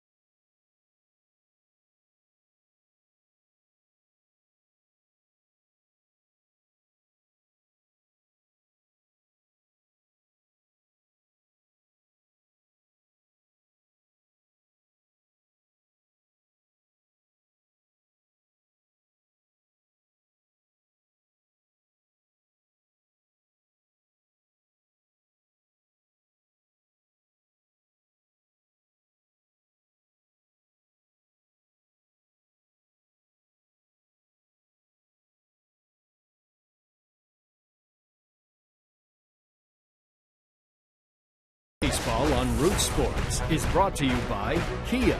To learn more, visit pghkiadealers.com. By Subway, where winners eat fresh. And by Day Automotive. We're going to make your day. Let's go Bucks!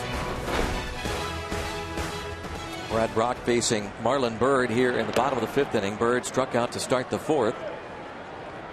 He is 0 for 2. Pirates leading 6-1. Ian Kennedy, his shortest outing of the year. 6 runs, 3 2/3 innings.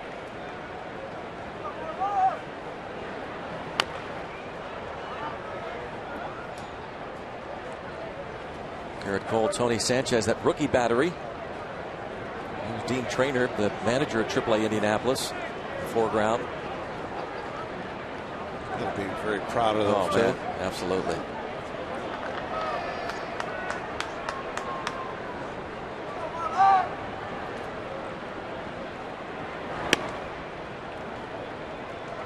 Two-one count on Byrd. Alvarez next, then Tony Sanchez.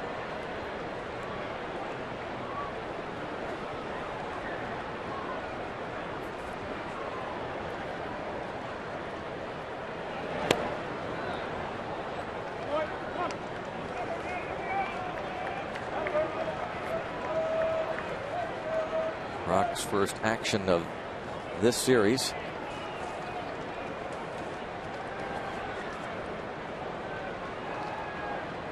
Recalled from AAA Tucson September the 3rd.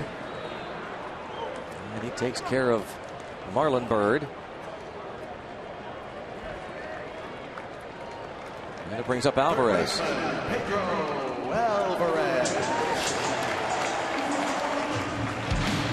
Take a look at that home run. That was that fastball right down the middle, and he just crushed it. Close to being a line drive into the back section of the center field bleachers.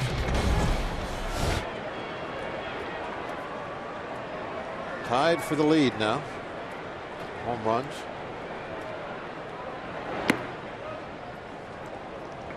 A lot of action going on, trying to win the division, trying to win the home run title, trying to win the batting crown.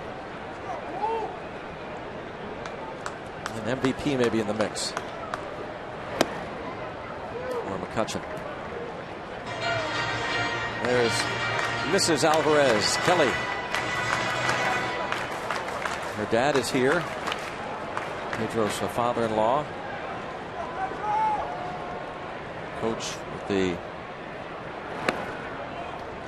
minor leagues for these San Diego Padres.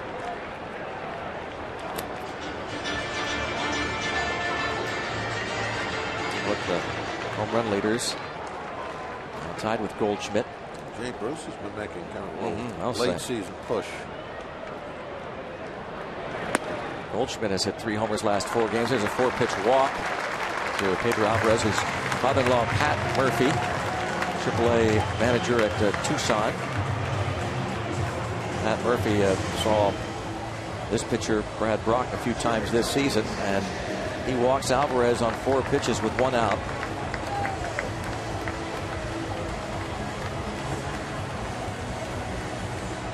There's a Tony Sanchez, who has doubled and singled.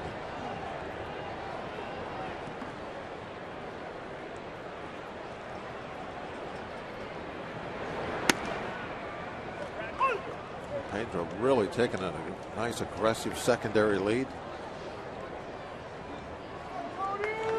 Pedro, I'd have to say, this season has really upped his base running skills. He is looking lean. I don't know if he's actually picked up a step or not, but he's been really wheeling around the sacks. Talking to Nick Leyva the other day, he said he believes, at least in the time Leyva's been here, he's in the best shape he's been in, and lighter on his feet, and on a mission. Pedro Alvarez, the Pirates' first-round pick in 2008, out of Vanderbilt. The Pirates selected Tony Sanchez in the first round the following year, out of Boston College.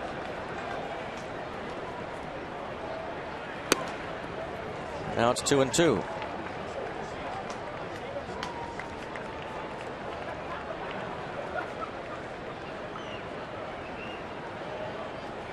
About first-round picks.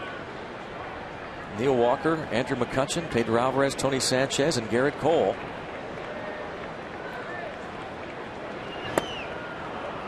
As Sanchez goes down. Second strikeout for Brock. And you wouldn't think kind of too far away. Yeah. MLB.TV celebrates 11 years. Keep up with the pennant races and catch the rest of the 2013 season in HD quality. Watch every out-of-market game live on more than 350 mobile and connected devices. Visit MLB.TV today.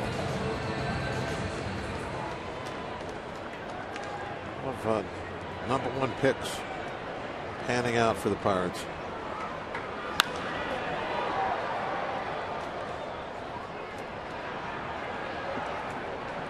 Fly out to right. We'll head to the 6th. Bucks up 6-1.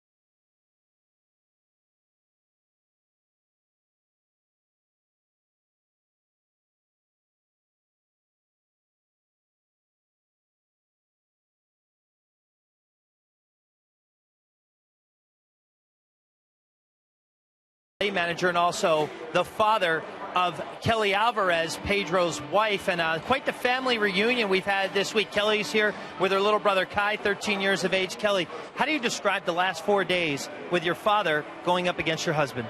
It's been awesome. I'm so proud of my dad and all he's accomplished. He deserves to be up here. Obviously, I'm proud of Pedro and the Pittsburgh Pirates, so it's been awesome to have them both here and get to celebrate baseball, so we're excited. How much does it make it more special? I guess I know it goes against your dad, but your dad has won 3 games already in the series. But to see Pedro hit it with your brother here and your father in town as well. It's been great. I mean, some of my dad would maybe slip us some signs or some pointers, but no, they've been great. They talk to each other a lot, so I know my dad's a big influence on Pedro, and yeah, it's been wonderful having Kai here and get to see both of them in action. What a lot of people may not know is your father is the winningest coach in Arizona State baseball history, and this is a program that has had some fantastic players come through. People may not know you're a baseball daughter before you're a baseball wife. What was that like? I mean, I love the game. I've been going to games with my little brother for a very long time. My dad has instilled in us the passion and the respect for the game, and it's awesome to get to be a part of it with my husband now. And I don't know, I get to come to a ballpark every night and watch the Pittsburgh Pirates. Can't complain. That's cool stuff. And one other thing, here's Kai. One last thing. Kai came in from Phoenix, Arizona to watch this series. Last time he was here was for Pedro's debut. Kai, you having fun this week, man? Yeah, it's been great watching all these games. I mean, my dad's coaching for the Padres, but I always want Pedro to get a hit. He's always pulling for him. Nice, man. Well, hope you enjoyed as well. Kai and Kelly, thank you. Robbie, very I just much. want to ask you, her dad coached at Arizona State, and she met Pedro through that relationship, right? Pedro's at Vanderbilt. Yeah, Greg just asked about meeting Pedro. That was through Vanderbilt. You guys met in Tennessee, is that correct? Not at Arizona State? How'd that work out? Yeah, we met through his coach's daughter at Vanderbilt, Hannah Blott. She introduced us on a blind date when I did my internship at Vanderbilt my senior year, his junior year. So there you go. So So Pat lives in Arizona, and Kelly and Pedro live in Nashville still, where they make their off-season home, Greg. Thanks very much to Robbie and Kelly, who I think was an intern as an athletic trainer at Vanderbilt when she met Pedro Alvarez. Great family. 0-1 on Ronnie Cedeno after Cole struck out his 11th batter. 91 pitches.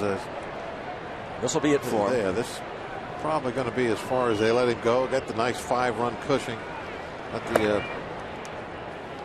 bullpen finish up. In fact, they're going to start tossing now. And once again, Cole gives up that first inning run, and he's not out of it yet. This sixth inning. And a dribbler. He's 2/3 of the way there. But look at what he's done. They're talking about put a foot down. This is the rookie Garrett Cole, his 18th major league start. It just seems to be getting better as the season goes on, and stronger. He has struck out 11. The last Pirate rookie to punch out 11 in a game, Jason Schmidt, in 1996. The 11 strikeouts, matching Francisco Liriano for the second highest total in the season. 0-1 on Hundley.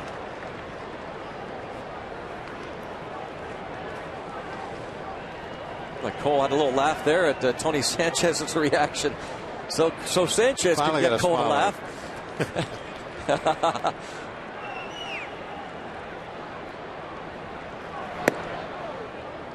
Look at in the little bit we've got to know Tony, he would probably be a lot of fun to have back behind the plate. That when he would come out to the mound, I'll bet you he's got some stuff to say that would kind of break the tension a little bit.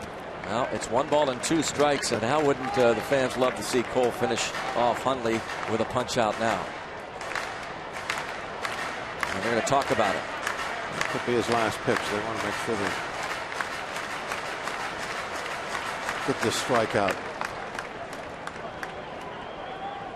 Early on, wondering if the strikeout totals for Garrett Cole would start to increase, and he's answered that. 1-2 on Hundley. He gets his 12th. 12 strikeouts for Garrett Cole.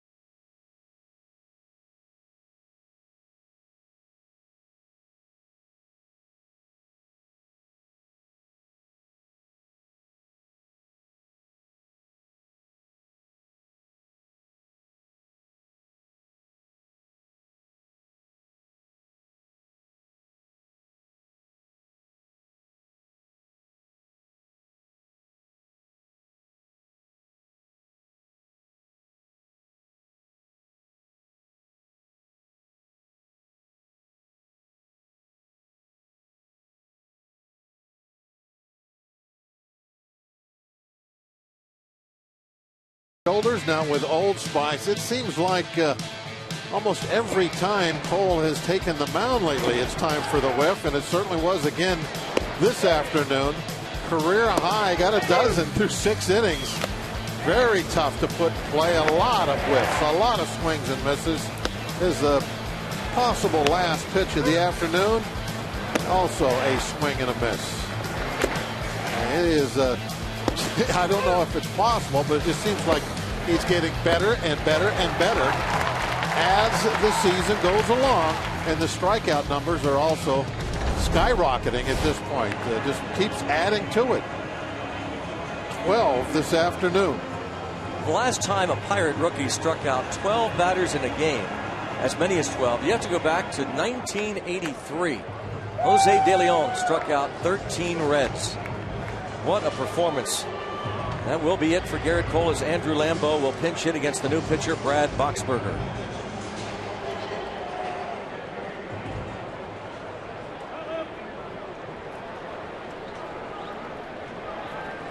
Boxberger, just 14 games, 19 innings of work.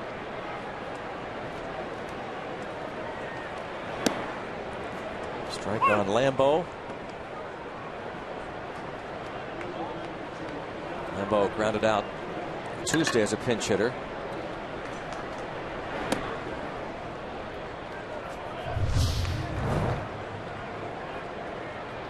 Garrett Cole hugs his catcher. Gets some handshakes and hugs from his teammates. They have to be extremely impressed with the young rookie, just 23 years old, just mowing people down here late in the season.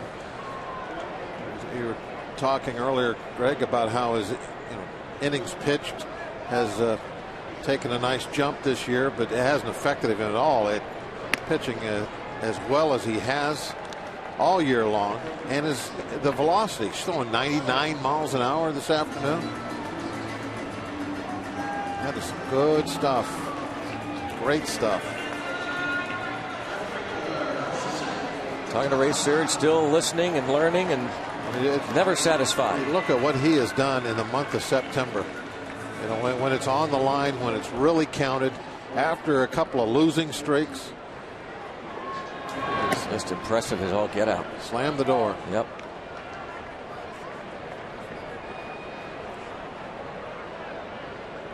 And for a young guy, you see some guys come up and they do well. They get a lot of strikeouts, but there's always that, especially with the power guys, always a little wildness with those guys. But his strikeout to walk ratio is absolutely outstanding. He's not really showing a weakness to this point. He throws strikes, he throws hard, he's got good breaking stuff. He's got strength, endurance, handles the bat well. And it's going to be interesting because his next start should be Tuesday at Wrigley Field against the Cubs. And then just have to wait and see. I mean, depending on where they are in the race, he could end up pitching Sunday in Cincy. I'm sorry, Bob, go ahead. I was just going to say, if it just stays 5-man rotation, it would be Morton pitching that Sunday game, right? Yes, correct. They could go anywhere. In fact, Clint Hurdle was asked if they would consider pitching Liriano on short rest because of the off day. Could come back. But, he said, we'll wait and see where things stand. It would put, that would make Cole the Sunday.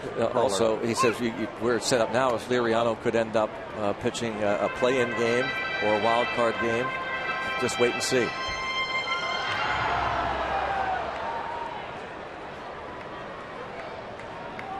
Tabata aboard again. Here's Walker, who a big 2-run homer to chase Kennedy in the 4th. 1 ball, 1 strike.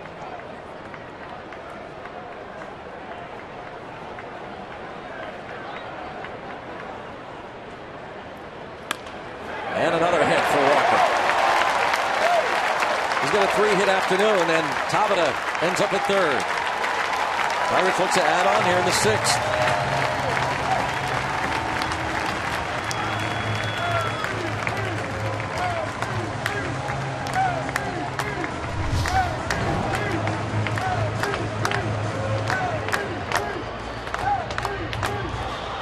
Walker turning on another one. Hit that one over the fence earlier. 2 balls through that hole. He's really taking advantage The runner's on.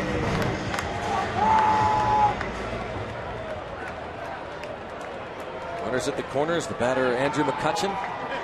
Lefty loosens in the bullpen for the Padres.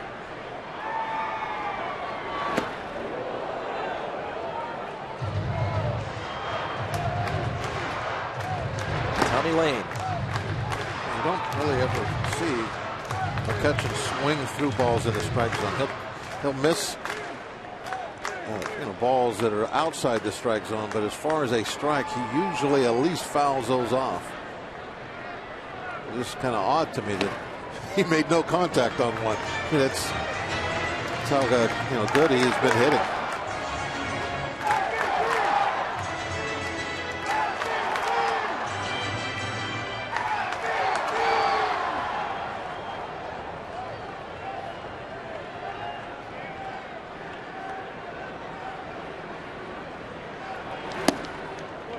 Two and one. McCutchen 0 for 2 plus a walk. He bounced into a force play in the first inning. It scored Tabata with the tying run, and then the Pirates put a 5 on the board in the fourth to take this lead. McCutchen tries to really put it away, maybe with one swing. 2-1 the count, facing Brad Boxberger.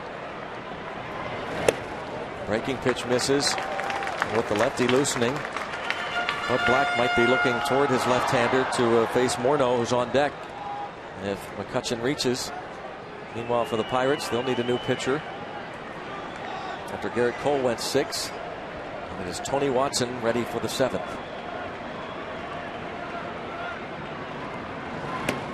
And the bases are loaded.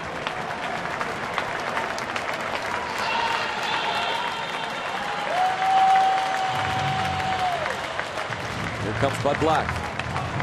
He wants the left-hander.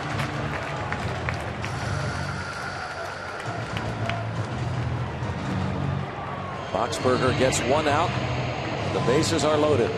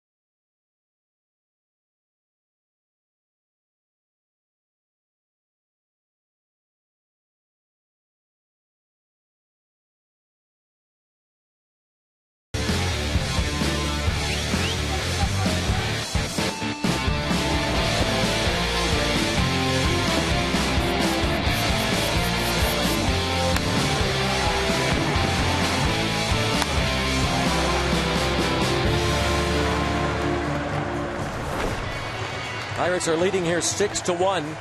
They've loaded the bases in the bottom of the 6th inning against Brad Boxberger with one out.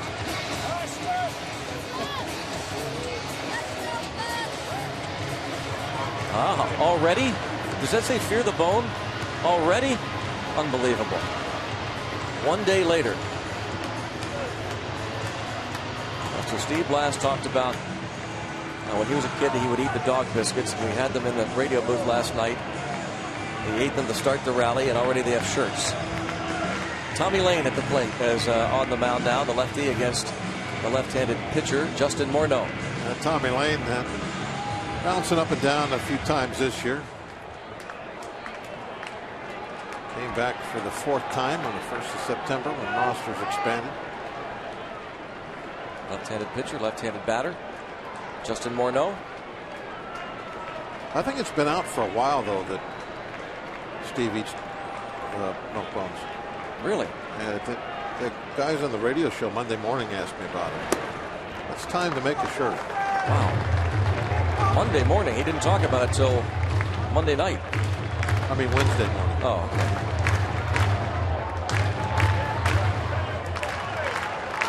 I think Steve might be looking for a little sponsorship. Not Steve. Not Steve. Come on. I think he wants to promote milk bone. Jose Tabata walked with 1 out. He was singled to third by Neil Walker, who's now at second thanks to the free pass to McCutchen.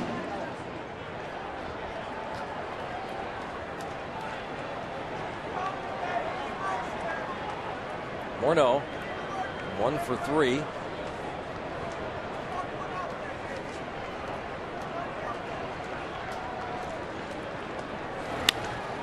And in the air to left.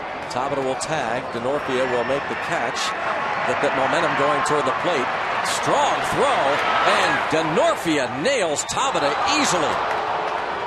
The double play. Denorfia to Hundley. And a Morneau fly ball. Boy, watch Denorfia get that momentum going to the plate.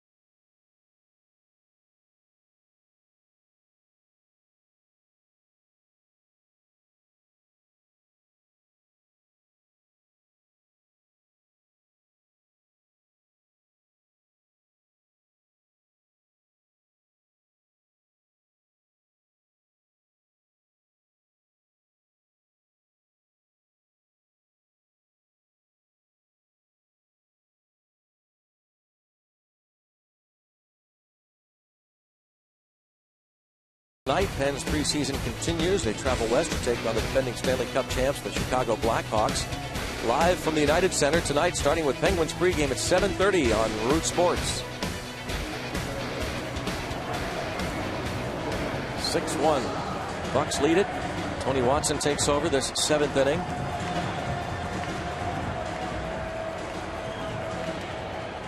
Watson has been used a lot in the 8th inning in tight games. We'll see who Clint Hurdle decides to use in the 8th. Tony really thrown a lot of strikes. Strike one here. He hasn't walked anybody in 22 straight appearances. That's what you want to do right now with this nice 5-run lead. Attack the strike zone.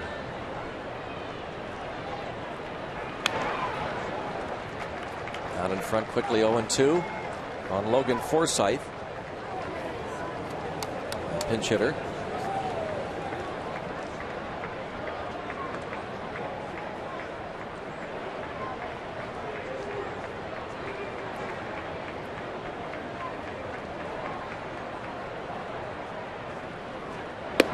What a big hit Forsythe had last night.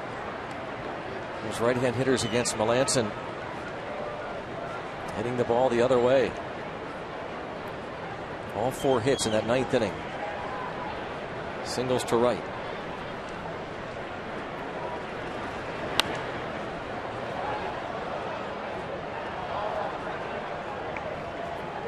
Well, we wondered, might need some help from above. Oh, how about that? Mr. Beebe, a great mayor. Mayor of Upper St. Clair or Pittsburgh, Bob? Anywhere. New York City. Oh. Make a bigger the city, the better. Wow. There President. Yep. President. I am not a crook. That's his city. Yep. His people. In a way, he's already mayor. Yep, true. Pop up, shallow right. Bird coming on, and a fine running grab by Marlon Bird.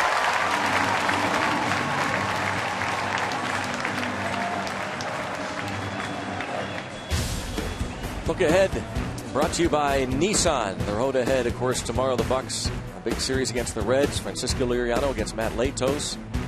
Latos has started 4 games against the Pirates. Bucks winning 3 of those. Saturday, Homer Bailey against A.J. Burnett. Sunday, Bronson Arroyo and Jeff Locke.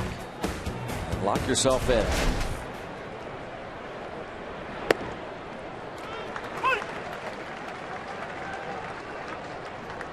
Marlon Bird. Catch on the fly ball hit by Forsythe in shallow right. And there's the bird's nest.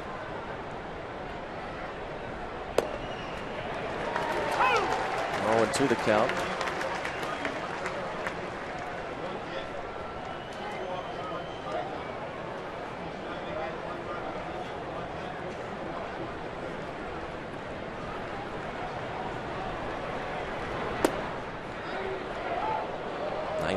Missed not by much. 1 ball, 2 strikes.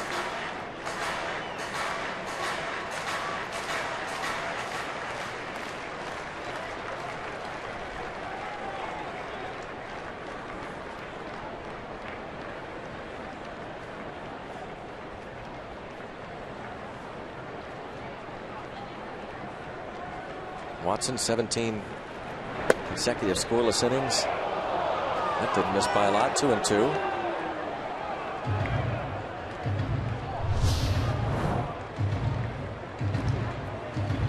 Just a little bit.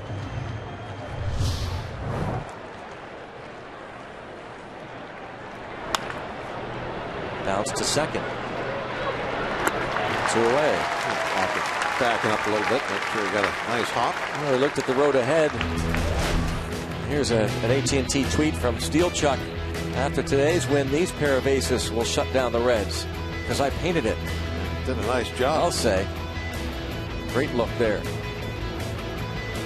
Right-handed ace, the left-handed ace. Be cool to have the whole set. Yeah. And what would the backs be, Greg? Skull and crossbones. Jolly right? Roger. Yeah, have to be.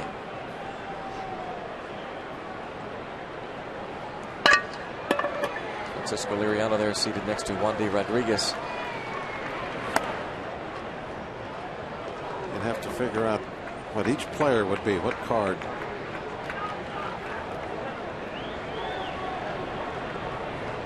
And you could have Glass as the Joker.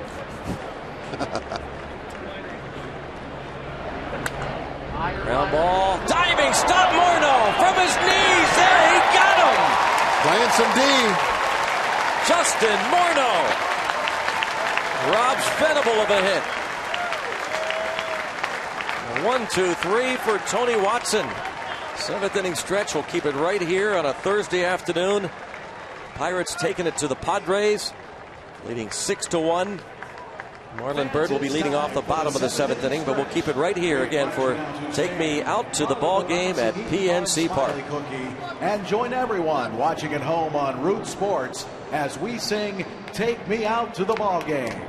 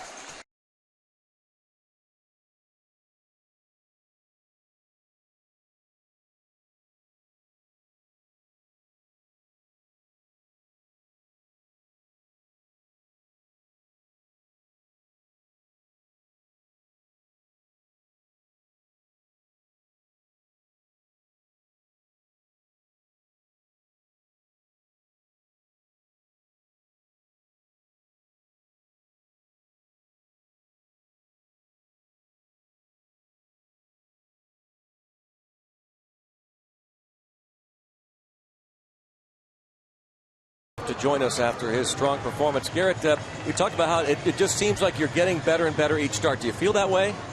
I mean, I'm just trying to do the same thing I do every time, and just try to take the ball for as long as I can. I was glad I was able to minimize damage today in the first and give the guys a chance to score.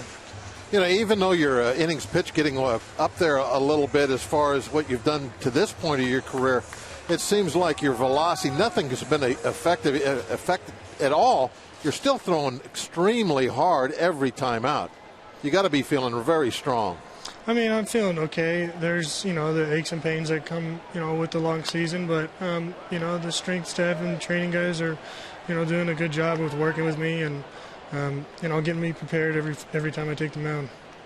A lot of strikeouts have been, being racked up in the last couple of games. It seems like a ton of swings now at those breaking balls that are just off the plate with 2 strikes.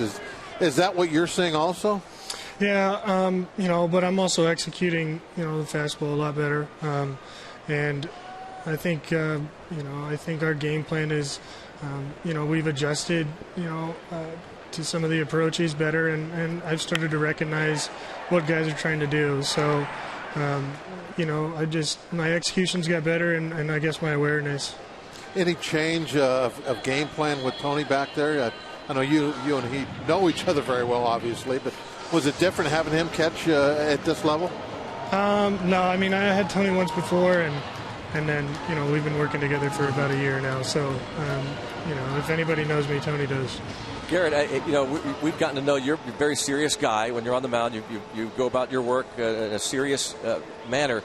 But it looks as though Tony Sanchez is the one guy that can get you to chuckle on the mound. Did something happen? That ball deflected off the limestone? The way he goes after those balls? Yeah, he's funny. I mean, it's hard not to laugh when he's having such a good time back there, just playing around in the dirt. So. Well, it's fun to watch both of you. We're smiling watching you and Tony and the way you're working. Thanks so much, Garrett. Congratulations. Thanks for having me, guys. Garrett Cole, another outstanding start. After one away, Pedro Alvarez is at the plate. He's serious about this job. I mean, he wants to be. Talk about players that want to be great. It's one thing, Bob, to get to the big leagues. And once you do, I mean, you have to be an outstanding player to reach this level. But then once you do, not to just settle for being there, right? One of the things that I am going to remember about Garrett from this year was riding down in the elevator with him in Chicago after we had flown in after his first major league loss. And it was just 2 of us going down in the elevator, and I said to him, well, you check that box, got that out of your way. Because everybody's going to lose ball games, and you get the first one. And he wasn't amused. It was like, kind of be very serious, and I could tell right then. It's like, I mean, this guy is going to be focused, and he does not want to. He'll only be happy if he goes 32-0. Well, and just now, you just see in that interview, he appreciates the job that he did. He talked about his teammates, right? Mm-hmm. And thinks maybe he's getting better, but no pat on the back, no real big smile until we mentioned Tony Sanchez. But he is always going to have a totally take no prisoners attitude. Yep. That's what he is all about. And I'm glad he's on our side. Tony Sanchez 2 for 3.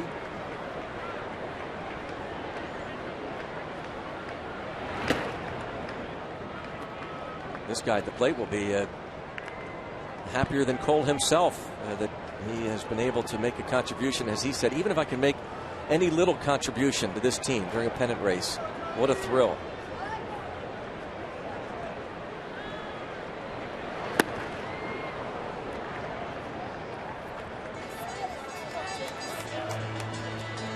That's the playoff stash.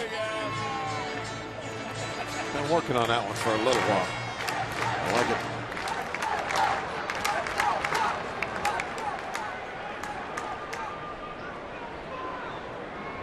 Probably got some tips from our buddy Rick Saplinski. Behind the plate.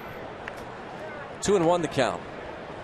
There's Ricky decked out with a tweet. He said, I got to pull the 28 out today. The blast uni. We need it. We need a W.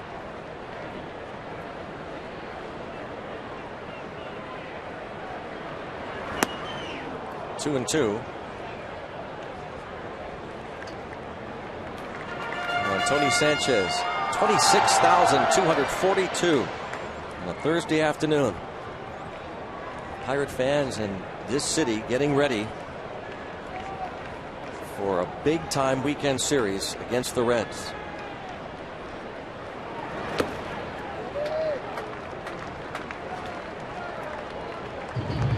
I was looking for win number 88.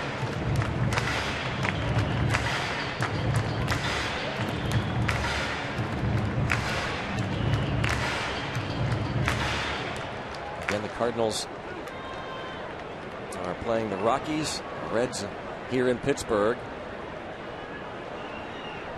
There goes Alvarez. Line foul past Nick Leyva.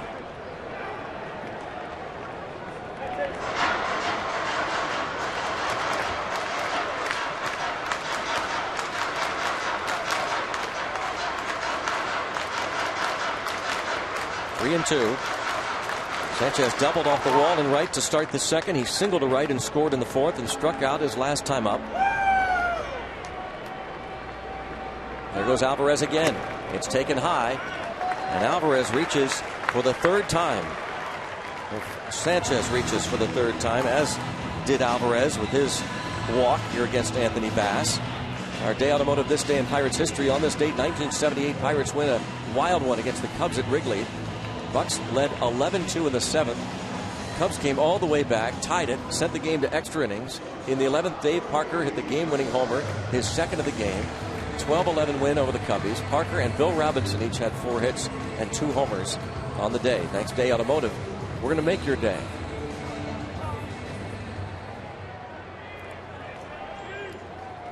Well, Jordy Mercer is at the plate. Mercer doubled and scored in the fourth. He's 1 out of 3. Maybe the most memorable play from that day on the highlights for years on the bloopers this week in baseball would show Willie Stargell missing second base by a long shot on the slide. He stands up and calls timeout.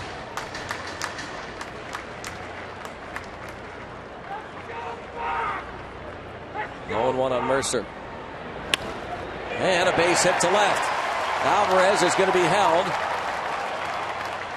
And the bases are loaded. Garrett Jones will pinch hit. And Denarfia not playing very deep, just 1 out. A chance to score this run.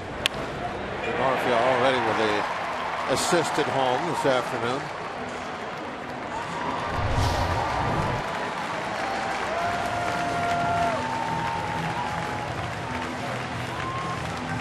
The juice is flowing in that shoulder. I'll have to make another toss.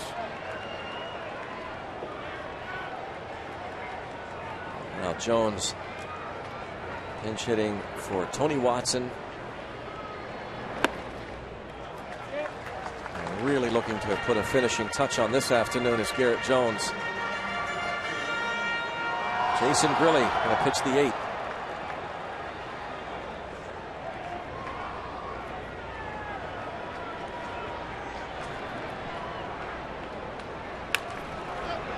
In on his hands and a pop-up. An infield fly called and dropped, but doesn't matter. He's out anyway. The infield fly was called. Jones is out number 2.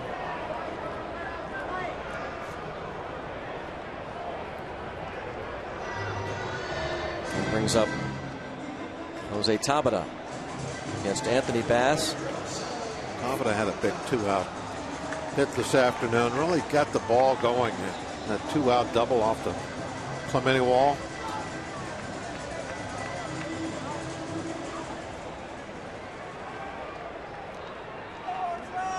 Been a few big hits today. That might have been the biggest, most important.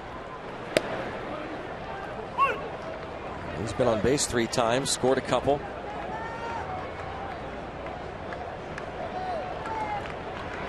.258 career in these situations.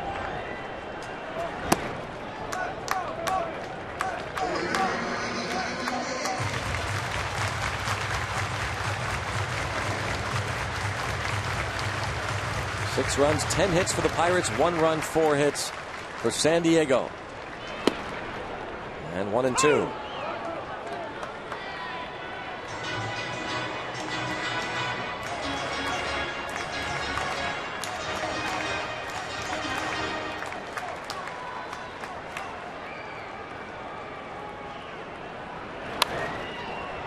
Shoots that foul. What do you think? Was this the biggest hit of the day? Tabata coming to the plate, 4th inning. Yeah, for me, I mean, it was right after Paul struck out. Runners at 2nd and 3rd. The offense has been sputtering for a few days now, and it's a clutch 2-out base hit. Chopper going to be a tough play for Headley, and at first base it gets past first. This will score 2 runs. Bucks take an 8-1 lead.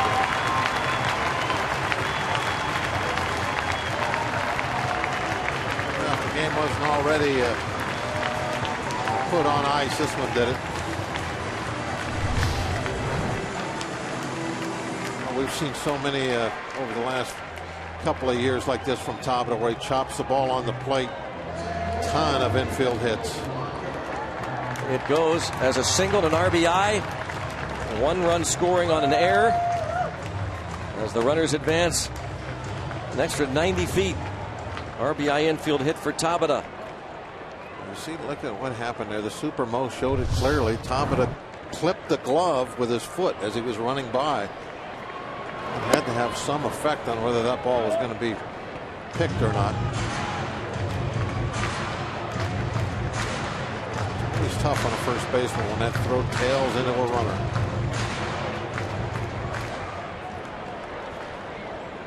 See a lot of your veteran first basemen. And just over the head of Cedeno.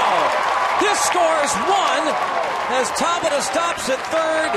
Neil Walker's 4th hit of the day. 9-1 Bucks.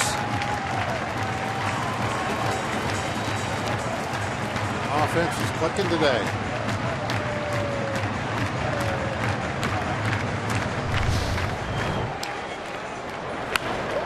Not really a bullet, kind of just got jammed and pushed it out there, but good enough. Got over Staniel's head.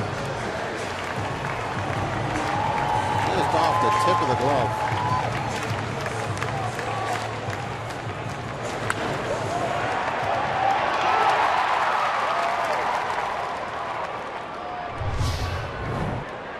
Neil Walker's first 4-hit game since August the 12th last year against these Padres.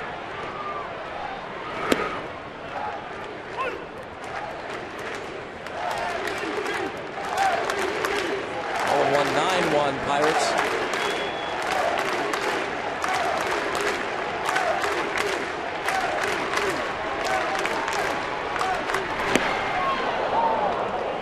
Oh, 0-2 on McCutchen during the MVP chance.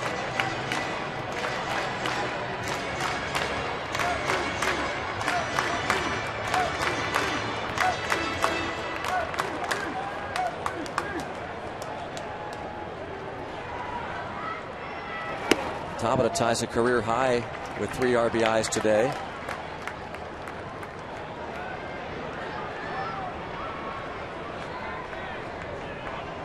You gotta McLove McCutchen, right? Everybody does here, and really all around the country. He's become a national star. I really think that MVP vote is going to come.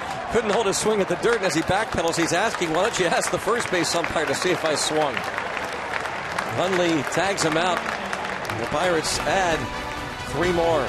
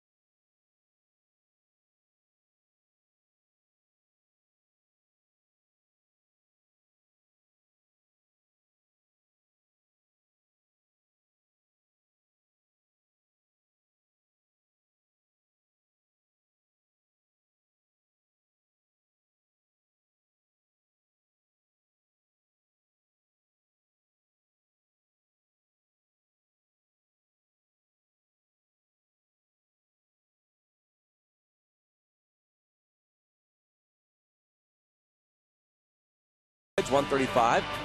And the first 25,000 fans get a Pirate scarf. Thanks to Highmark. Come early for the #1 Cochran Family Fun Zone on Federal Street. And after the game, kids can run the bases. Go to Pirates.com for the final regular season home game here at PNC Park Sunday against the Reds. Right in the middle of his buddies there. We have some smiles and we have one that's not. He's got the Pirate t-shirt on and the Padre hat. He's just torn. I'm not sure what to do. Felix P.A. takes over in left.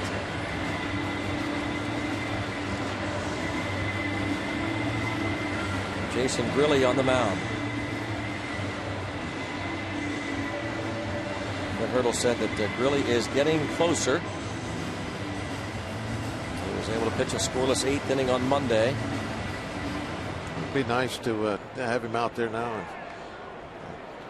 pitch a little less demanding situation, get the big lead, kind of relax.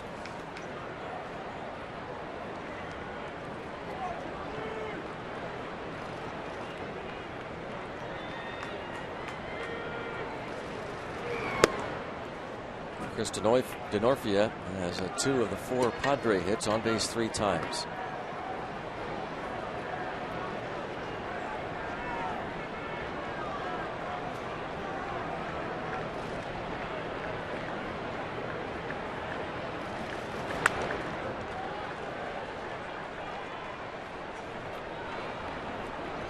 One and one.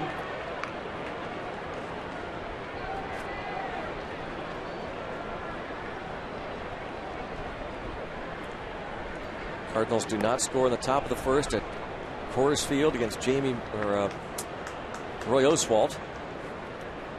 Roy Oswalt on the mound for the Rockies against Michael Wacha.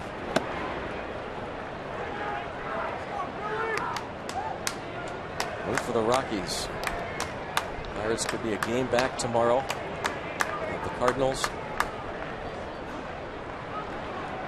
gain a game on the Reds, a half game today. Good game up on the 3rd place Cincinnati Reds.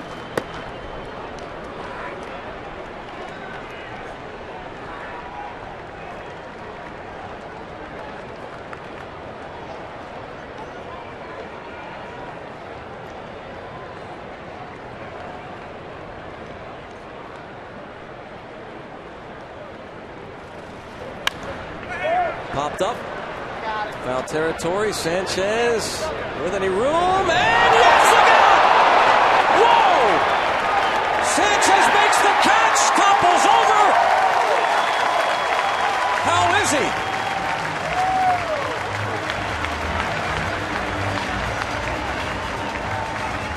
Sanchez topples completely over. Todd Tomczyk checking on him. Maybe a bit woozy.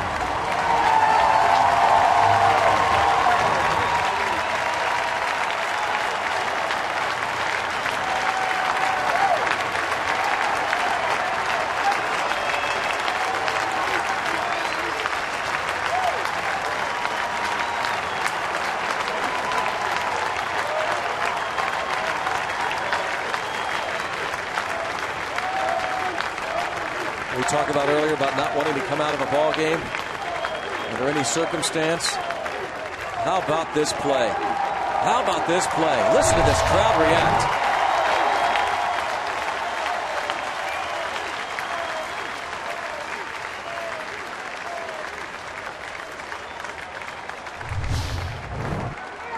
Wow. That's one of the best you'll ever see.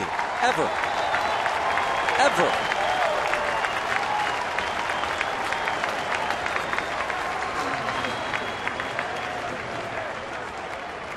I'll tell you, this team is really blessed with some gamers playing that catching position. You know, from the Fort, who's on the shelf right now. Wow, that's just that. Can you imagine that? There's a big step right there that his back lands right on top of it, and that's a 5-foot drop. Yeah, that it's not field level for sure. You can see, I mean, he just went right over and onto his back.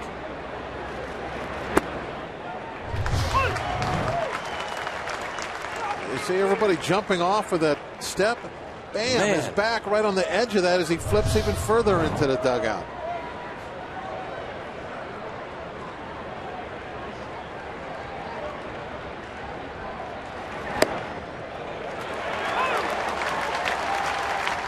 Tony Sanchez, what a day for him. At the plate, catching Cole, contributing in a pennant race, a game the Pirates had to win.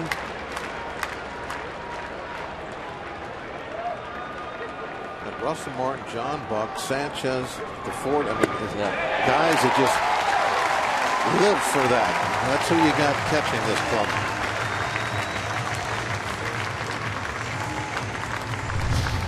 Headley steps in, asks how he's doing.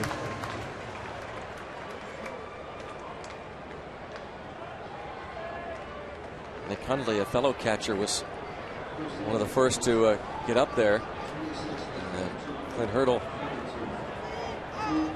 joke with Tony Sanchez.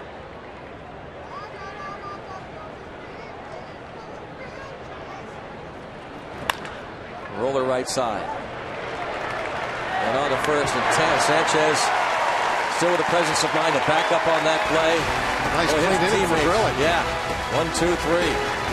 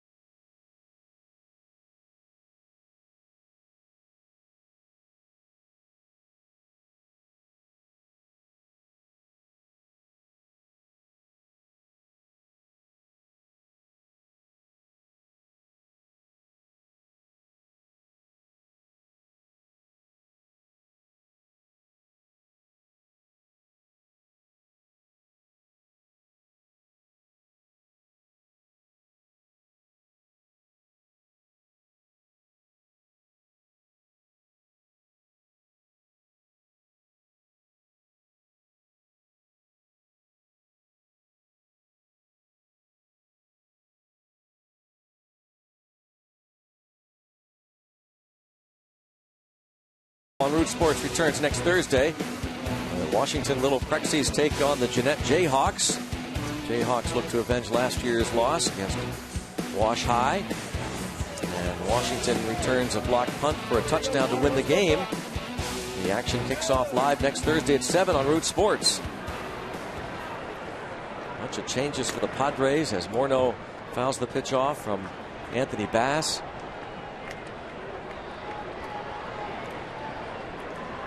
Kyle Blanks is now in left.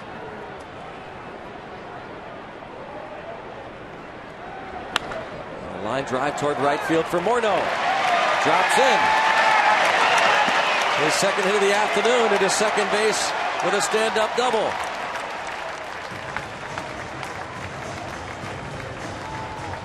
Yeah, it's not just the volume of hits that the Pirates have got this afternoon. It's how many times they've been able to get the head of the bat to the ball, centering it up. There's been a lot of hard hit balls.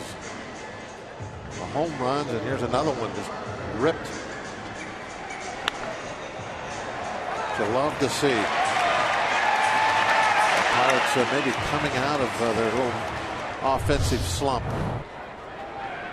at the perfect time.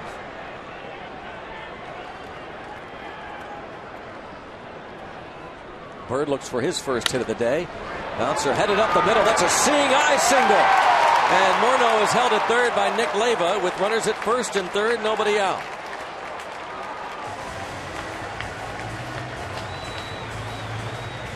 Marlon Byrd's first hit.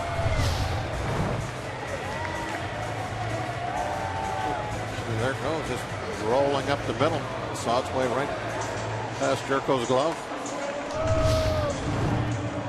Good to see Bird get on the hit parade, join in. Days like today, don't want anybody left out.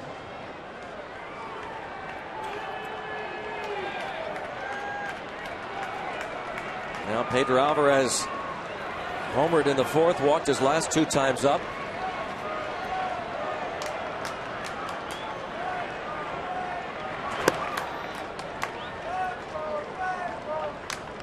"14 hits, 3 doubles, a couple of home runs, clutch hits. Good timing for the Pirate offense. Start feeling good about itself, awaiting the Red Series.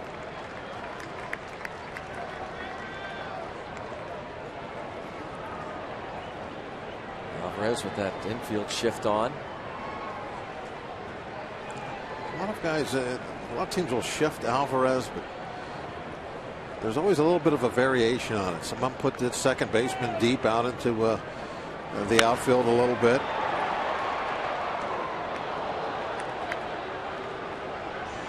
A lot of times too, that we've seen teams that they'll bring their shortstop over, but they play him almost right behind the second base bag. There must be some spray charts that have him hitting ground balls just barely to the shortstop side because they don't want to commit all the way.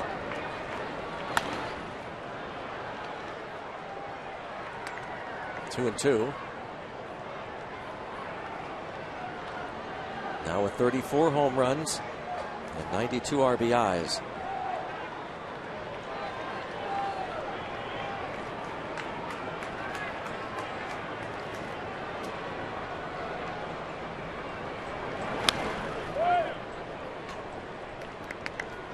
He'd like to pick up a ribby here at least with Morneau at third.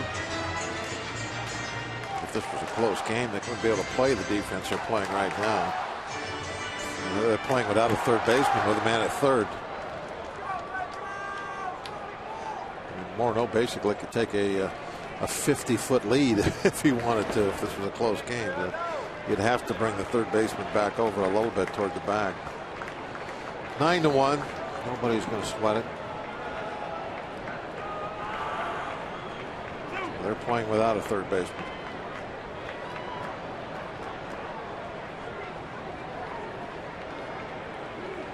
Three and two. Bounce to first.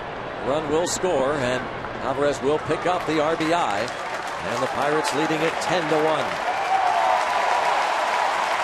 And because they weren't playing with a third baseman, Bird decided to run all the way to third.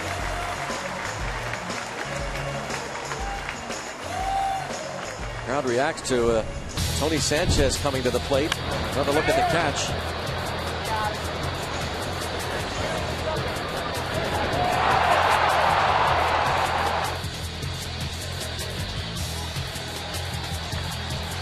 That's one that be on the highlights tonight over and over again. 10-1 ball game.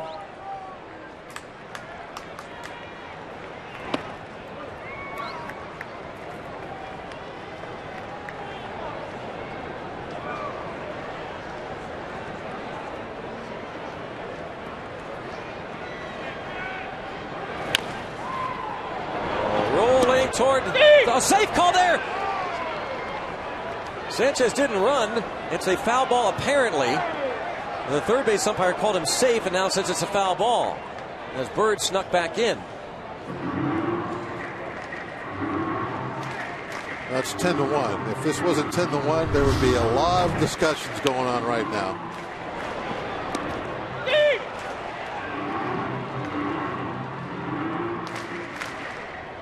This is technically it's the plate umpire's call. I think the plate umpire called foul, but the base umpire has to go ahead and make a out safe call regardless. He can't wait to see if it's been called fair or foul. The division of labor on that play is anything from home plate to the base. That's the home plate umpire's call. And once it gets by the base, then that's the base umpire's call. Marlon Byrd, by the way, ended up at third base because there was not a third baseman on that ground ball. As Sanchez strikes out.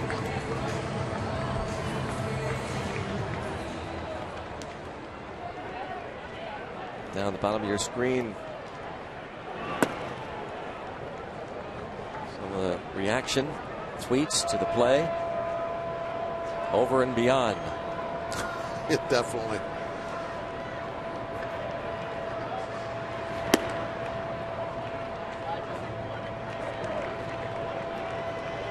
He'd walk a plank and fall off to catch a pop fly. It's Pirate Day, Greg. I know that, Bob. You haven't talked like a pirate as much as I thought you were going to. Really? I thought you would throw out a few more terms. I threw a couple terms in there, but you didn't seem yeah. impressed, so I backed away. Backed off. Oh, okay. It's my fault. Yep. Morneau Still talking about it. Morneau tried to catch his legs to keep him from going over. That's what he's saying. As you started to fall, I wanted to grab your leg. He got there just a little late. Bounce to second. Mercer is retired. The Pirates add to their lead. And on to the ninth inning. 10-1 Pittsburgh.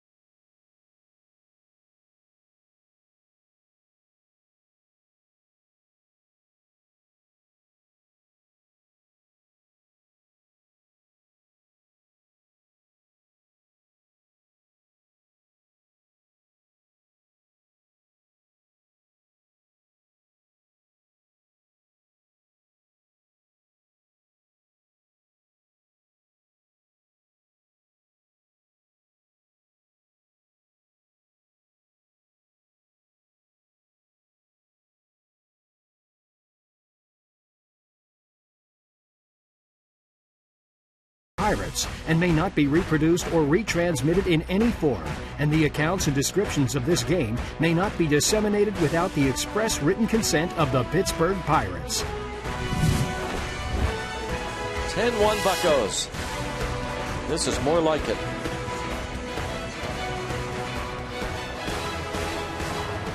Into the ninth inning. 3 more outs, get the Padres out of town.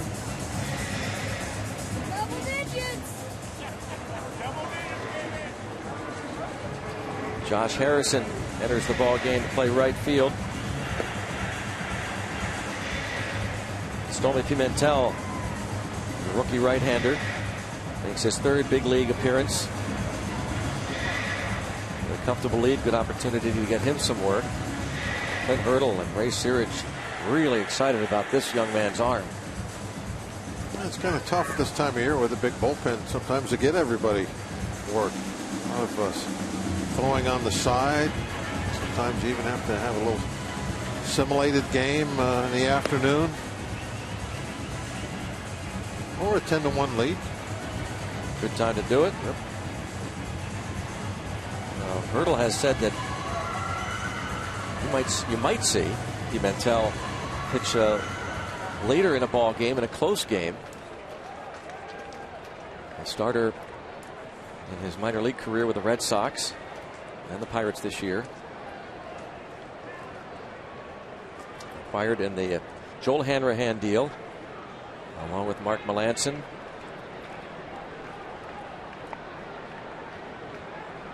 Tommy Medica takes ball one.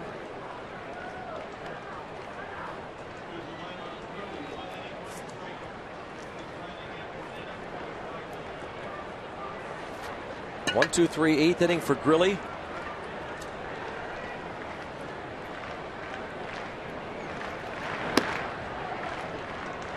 '96 misses outside, 2-0.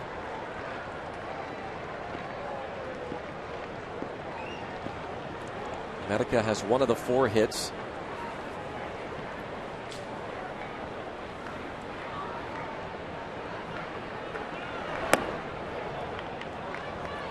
That's ball 3.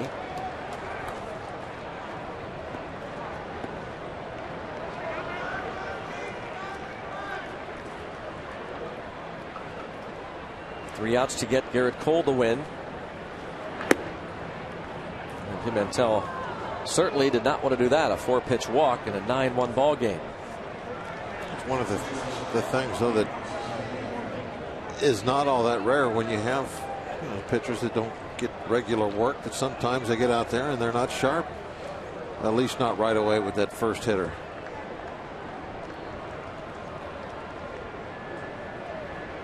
I think maybe it's even more the case with the young guy that's just come up from the minor leagues, where he's been pitching on a regular schedule the entire season, and now not knowing day to day when you're going to get in and going a stretch without getting into a ball game.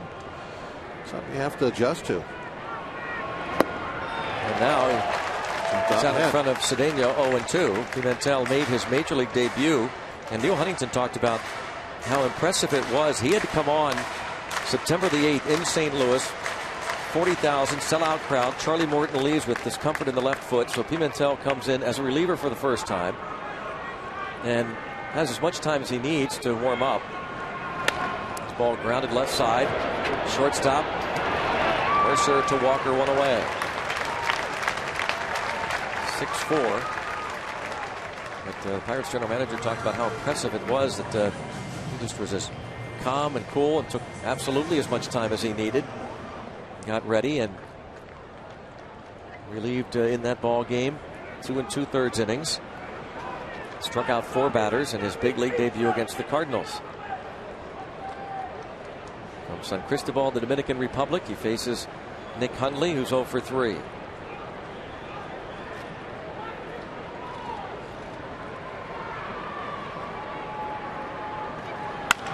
Ground ball short. Backhand Mercer. A little lob toss. And great try by Walker.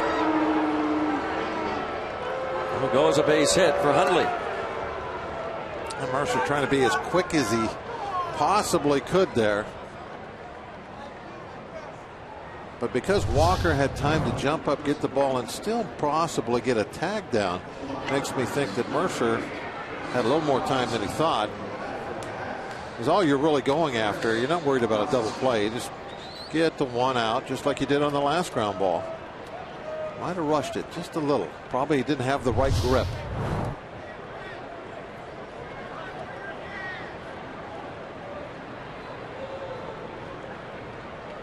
Chris Robinson pinch hitting here in the 9th.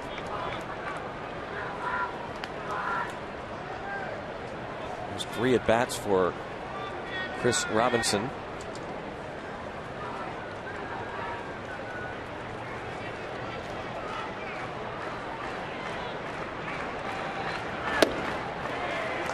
Movement there on 96.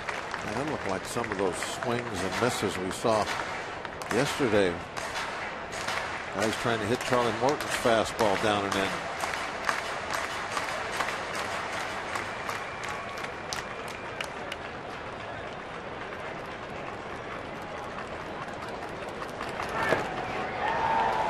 Oh, 1-2.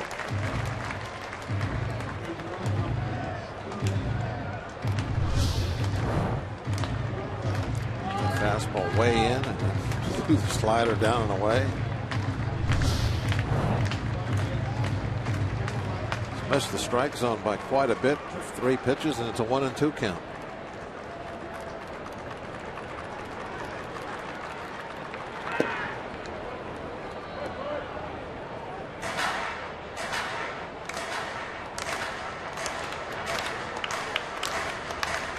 Bucks out hitting the Padres 14-5.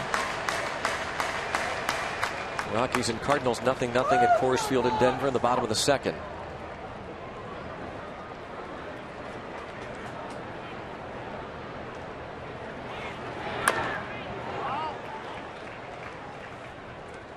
Chris Robinson fouls off that fastball. Robinson at AAA Tucson this year is hitting .316 after his trade from the Orioles.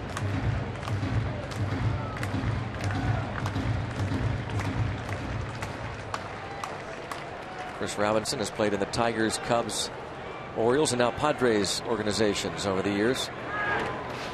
And a block by Sanchez. Now it goes to 3-2.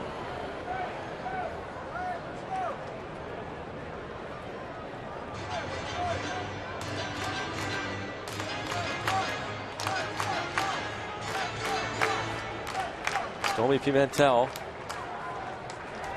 came over along with Mark Melancon. Outfielder Jerry Sands, infielder Ivan De Jesus, Joel Hanrahan, and infielder Brock Holt went to the Red Sox. He's headed toward the seats. Josh Harrison gives chase, and it's out of play.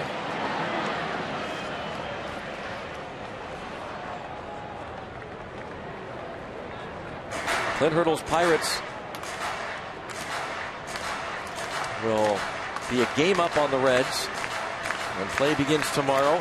Francisco Liriano looks for win number 17. He'll be opposed by Matt Latos. Saturday night, A.J. Burnett against Homer Bailey. And Pimentel strikes out the pinch hitter Robinson. 2 away. Sunday afternoon, it's Bronson Arroyo for the Reds against Jeff Locke. Power fastball.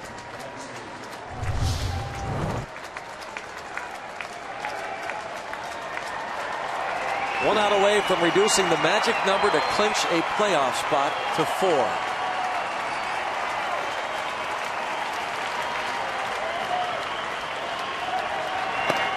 The Nationals play the Marlins tonight. The Marlins win that game. The magic number will be reduced to 3.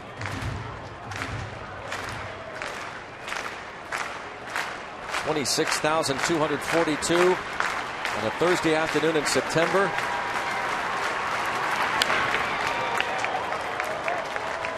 Watching the Bucco offense explode for 10 runs, 14 hits.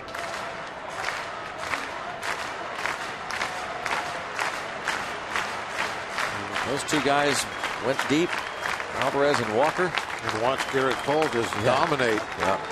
For the first 6 innings of this game. Personal high in strikeouts, got a dozen through 6. Most strikeouts by a rookie since Jose De Leon. Jose Tabata, at the top of the order, had 2 hits, drove in 3, was on base 3 times. Runners are going to move up 90 feet on that pitch in the dirt.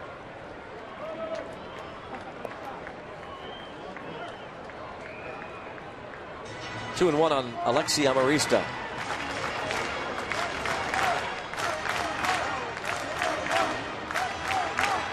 Last Pirate rookie with 12 strikeouts in a game, Jose De Leon, August 20th, 1983. Struck out 13 Reds. 2 and 1 on Amarista. 2 outs. 2 and 2. This will be neat for Pimentel to see these rookies, as you've talked about, Bob, to be on the mound, record the final out in a win. A neat moment. And it's something that you don't get to experience very often anymore unless you're a closer. That's the way the game has gone. Those are the guys that are always out there at the end of the win. At the end of the game after a win.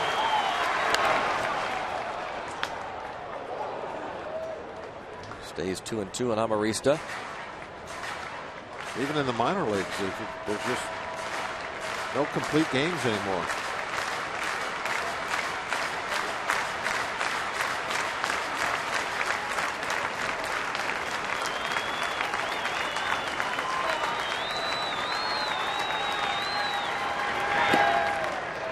And now goes to 3-2 on Alexi Amarista.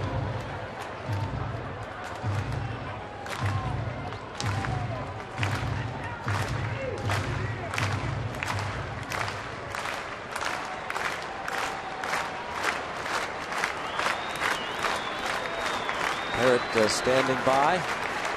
Flagpole to his left is ready. Ground ball right side.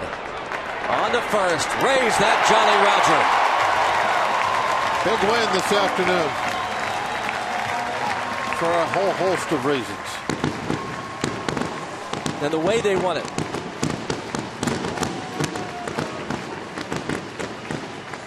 Pedro Alvarez matching Paul Goldschmidt, National League leading 34th homer. The Pirates collecting 14 hits, 6 for extra bases, and that magic number to clinch a playoff spot has been reduced to 4. Should be this weekend. It'll be at 0. Bucks go to 17-3 when Pedro Alvarez and Andrew McCutchen drive in a run or more in a game this season. 36-13 all time. And here now we update the standings. So a 1-game lead over the third place Reds to begin that 3-game series tomorrow night. The final 9 games to be played on the regular season schedule, 6 will be against those Reds. And we send it out to Robin T. Greg and Bob, thanks very much. We talked about the difficult loss last night. They don't lose too many games with 2 out in the 9th inning. They did last night. A chance to bounce back quickly, and they definitely bounced back today. They did bounce back both offensively and, for the 3rd time in a row, Garrett Cole on command comes up with a tremendous performance. And each time that he's done it, it's gotten better and better. So, I mean, the 12 strikeouts today on top of all the other good stuff that he did, it just, we're seeing something special grow up right in front of us. And the magic number for the Pirates being reduced to 4, so there still remains that chance. Obviously, you have the Nationals going on tonight, and then the big series coming on this weekend against the Cincinnati Reds. Let's go downstairs where Robbie Inzbikowski is standing by. Robbie. Yeah, Tony Sanchez, talk about a play that we're going to see on highlight reels for a long time. We'll talk about that in a moment. But first, the biggest story, Pirates win. Magic number is 4. What's this experience like for you, Tony? Huge. I mean, it's huge for young guys like Garrett and I to pick the team up. I mean, we've had a few rough games, and for Garrett to come out and throw that game that he did, I mean, it was huge for us, huge for our morale, huge for our confidence, and it speaks volumes to what Garrett can do. You joined us during Pirates pregame to talk about what he needed to do to be successful. I think it's safe to say he exceeded that with the 12 strikeouts today. Why was he so dominant? Just like I said earlier, I mean, development of the off-speed pitches. His fastball is working both sides of the plate.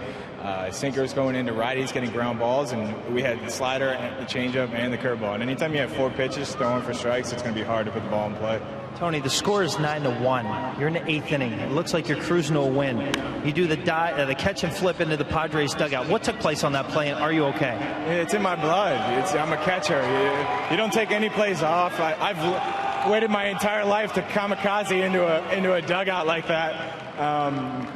But you see the ball go up there, you stick your glove out there, and then your weight just transfers over, and you're going, oh, shoot, I'm done. It's awesome. I landed on the ground, and the first thing I did was check the ball was still in my glove, and it was. And I looked at Hundley, and him and I talked a lot since we've been playing the Padres. I had no idea who he was. Think you made a lot of friends with that play? I hope so. Hey, can you not wait to do first? Check your phone to see what texts and emails and calls you have, or your Twitter account to check your mentions? Come on, you know the answer to that. I mean, hopefully I gained 1,000 followers. Everybody follow Tony Sanchez after that catch. What a play. Tony, thanks. All right. Tony Sanchez, 2 hits, couple runs scored, Rob, and 1 heck of a catch that we will not soon forget. All right, Robbie and Tony, thanks very much. And now it's time for our player of the game, brought to you by your Western PA Honda dealers. Teague, I don't think any question. It's the guy you mentioned at the top, Garrett Cole, who just continues to evolve at the major league level. And he evolves as a pitcher who not only pitches well in the big games, but you can see by the way he goes out there, you can see by his demeanor, his body language, that he enjoys pitching in these ball games. He likes being the guy that's on the mound when the job needs to get done. So, first couple of times you look at it and you say, boy, I'll tell you what, this kid pitched a good game. When he does it the third time in a row and just continues to get better and better, you go, you know what? We got something here. Cole goes 6 innings. He allowed 4 hits, 1 earned run, 3 walks, struck out 12. Garrett Cole, our player of the game, brought to you by your Western PA Honda dealer. So the Pirates get a much-needed win. They finally beat the Padres at PNC Park, reduce that magic number to 4. Coming up next on Pirates Postgame, presented by the Allegheny Health Network, we'll have extended highlights of this 10-1 romp over the Padres. Postgame reaction as well. We'll ask Teak. We'll update you on what's going on in the St. Louis game and update you on the standings as well. All that and more when we return after this.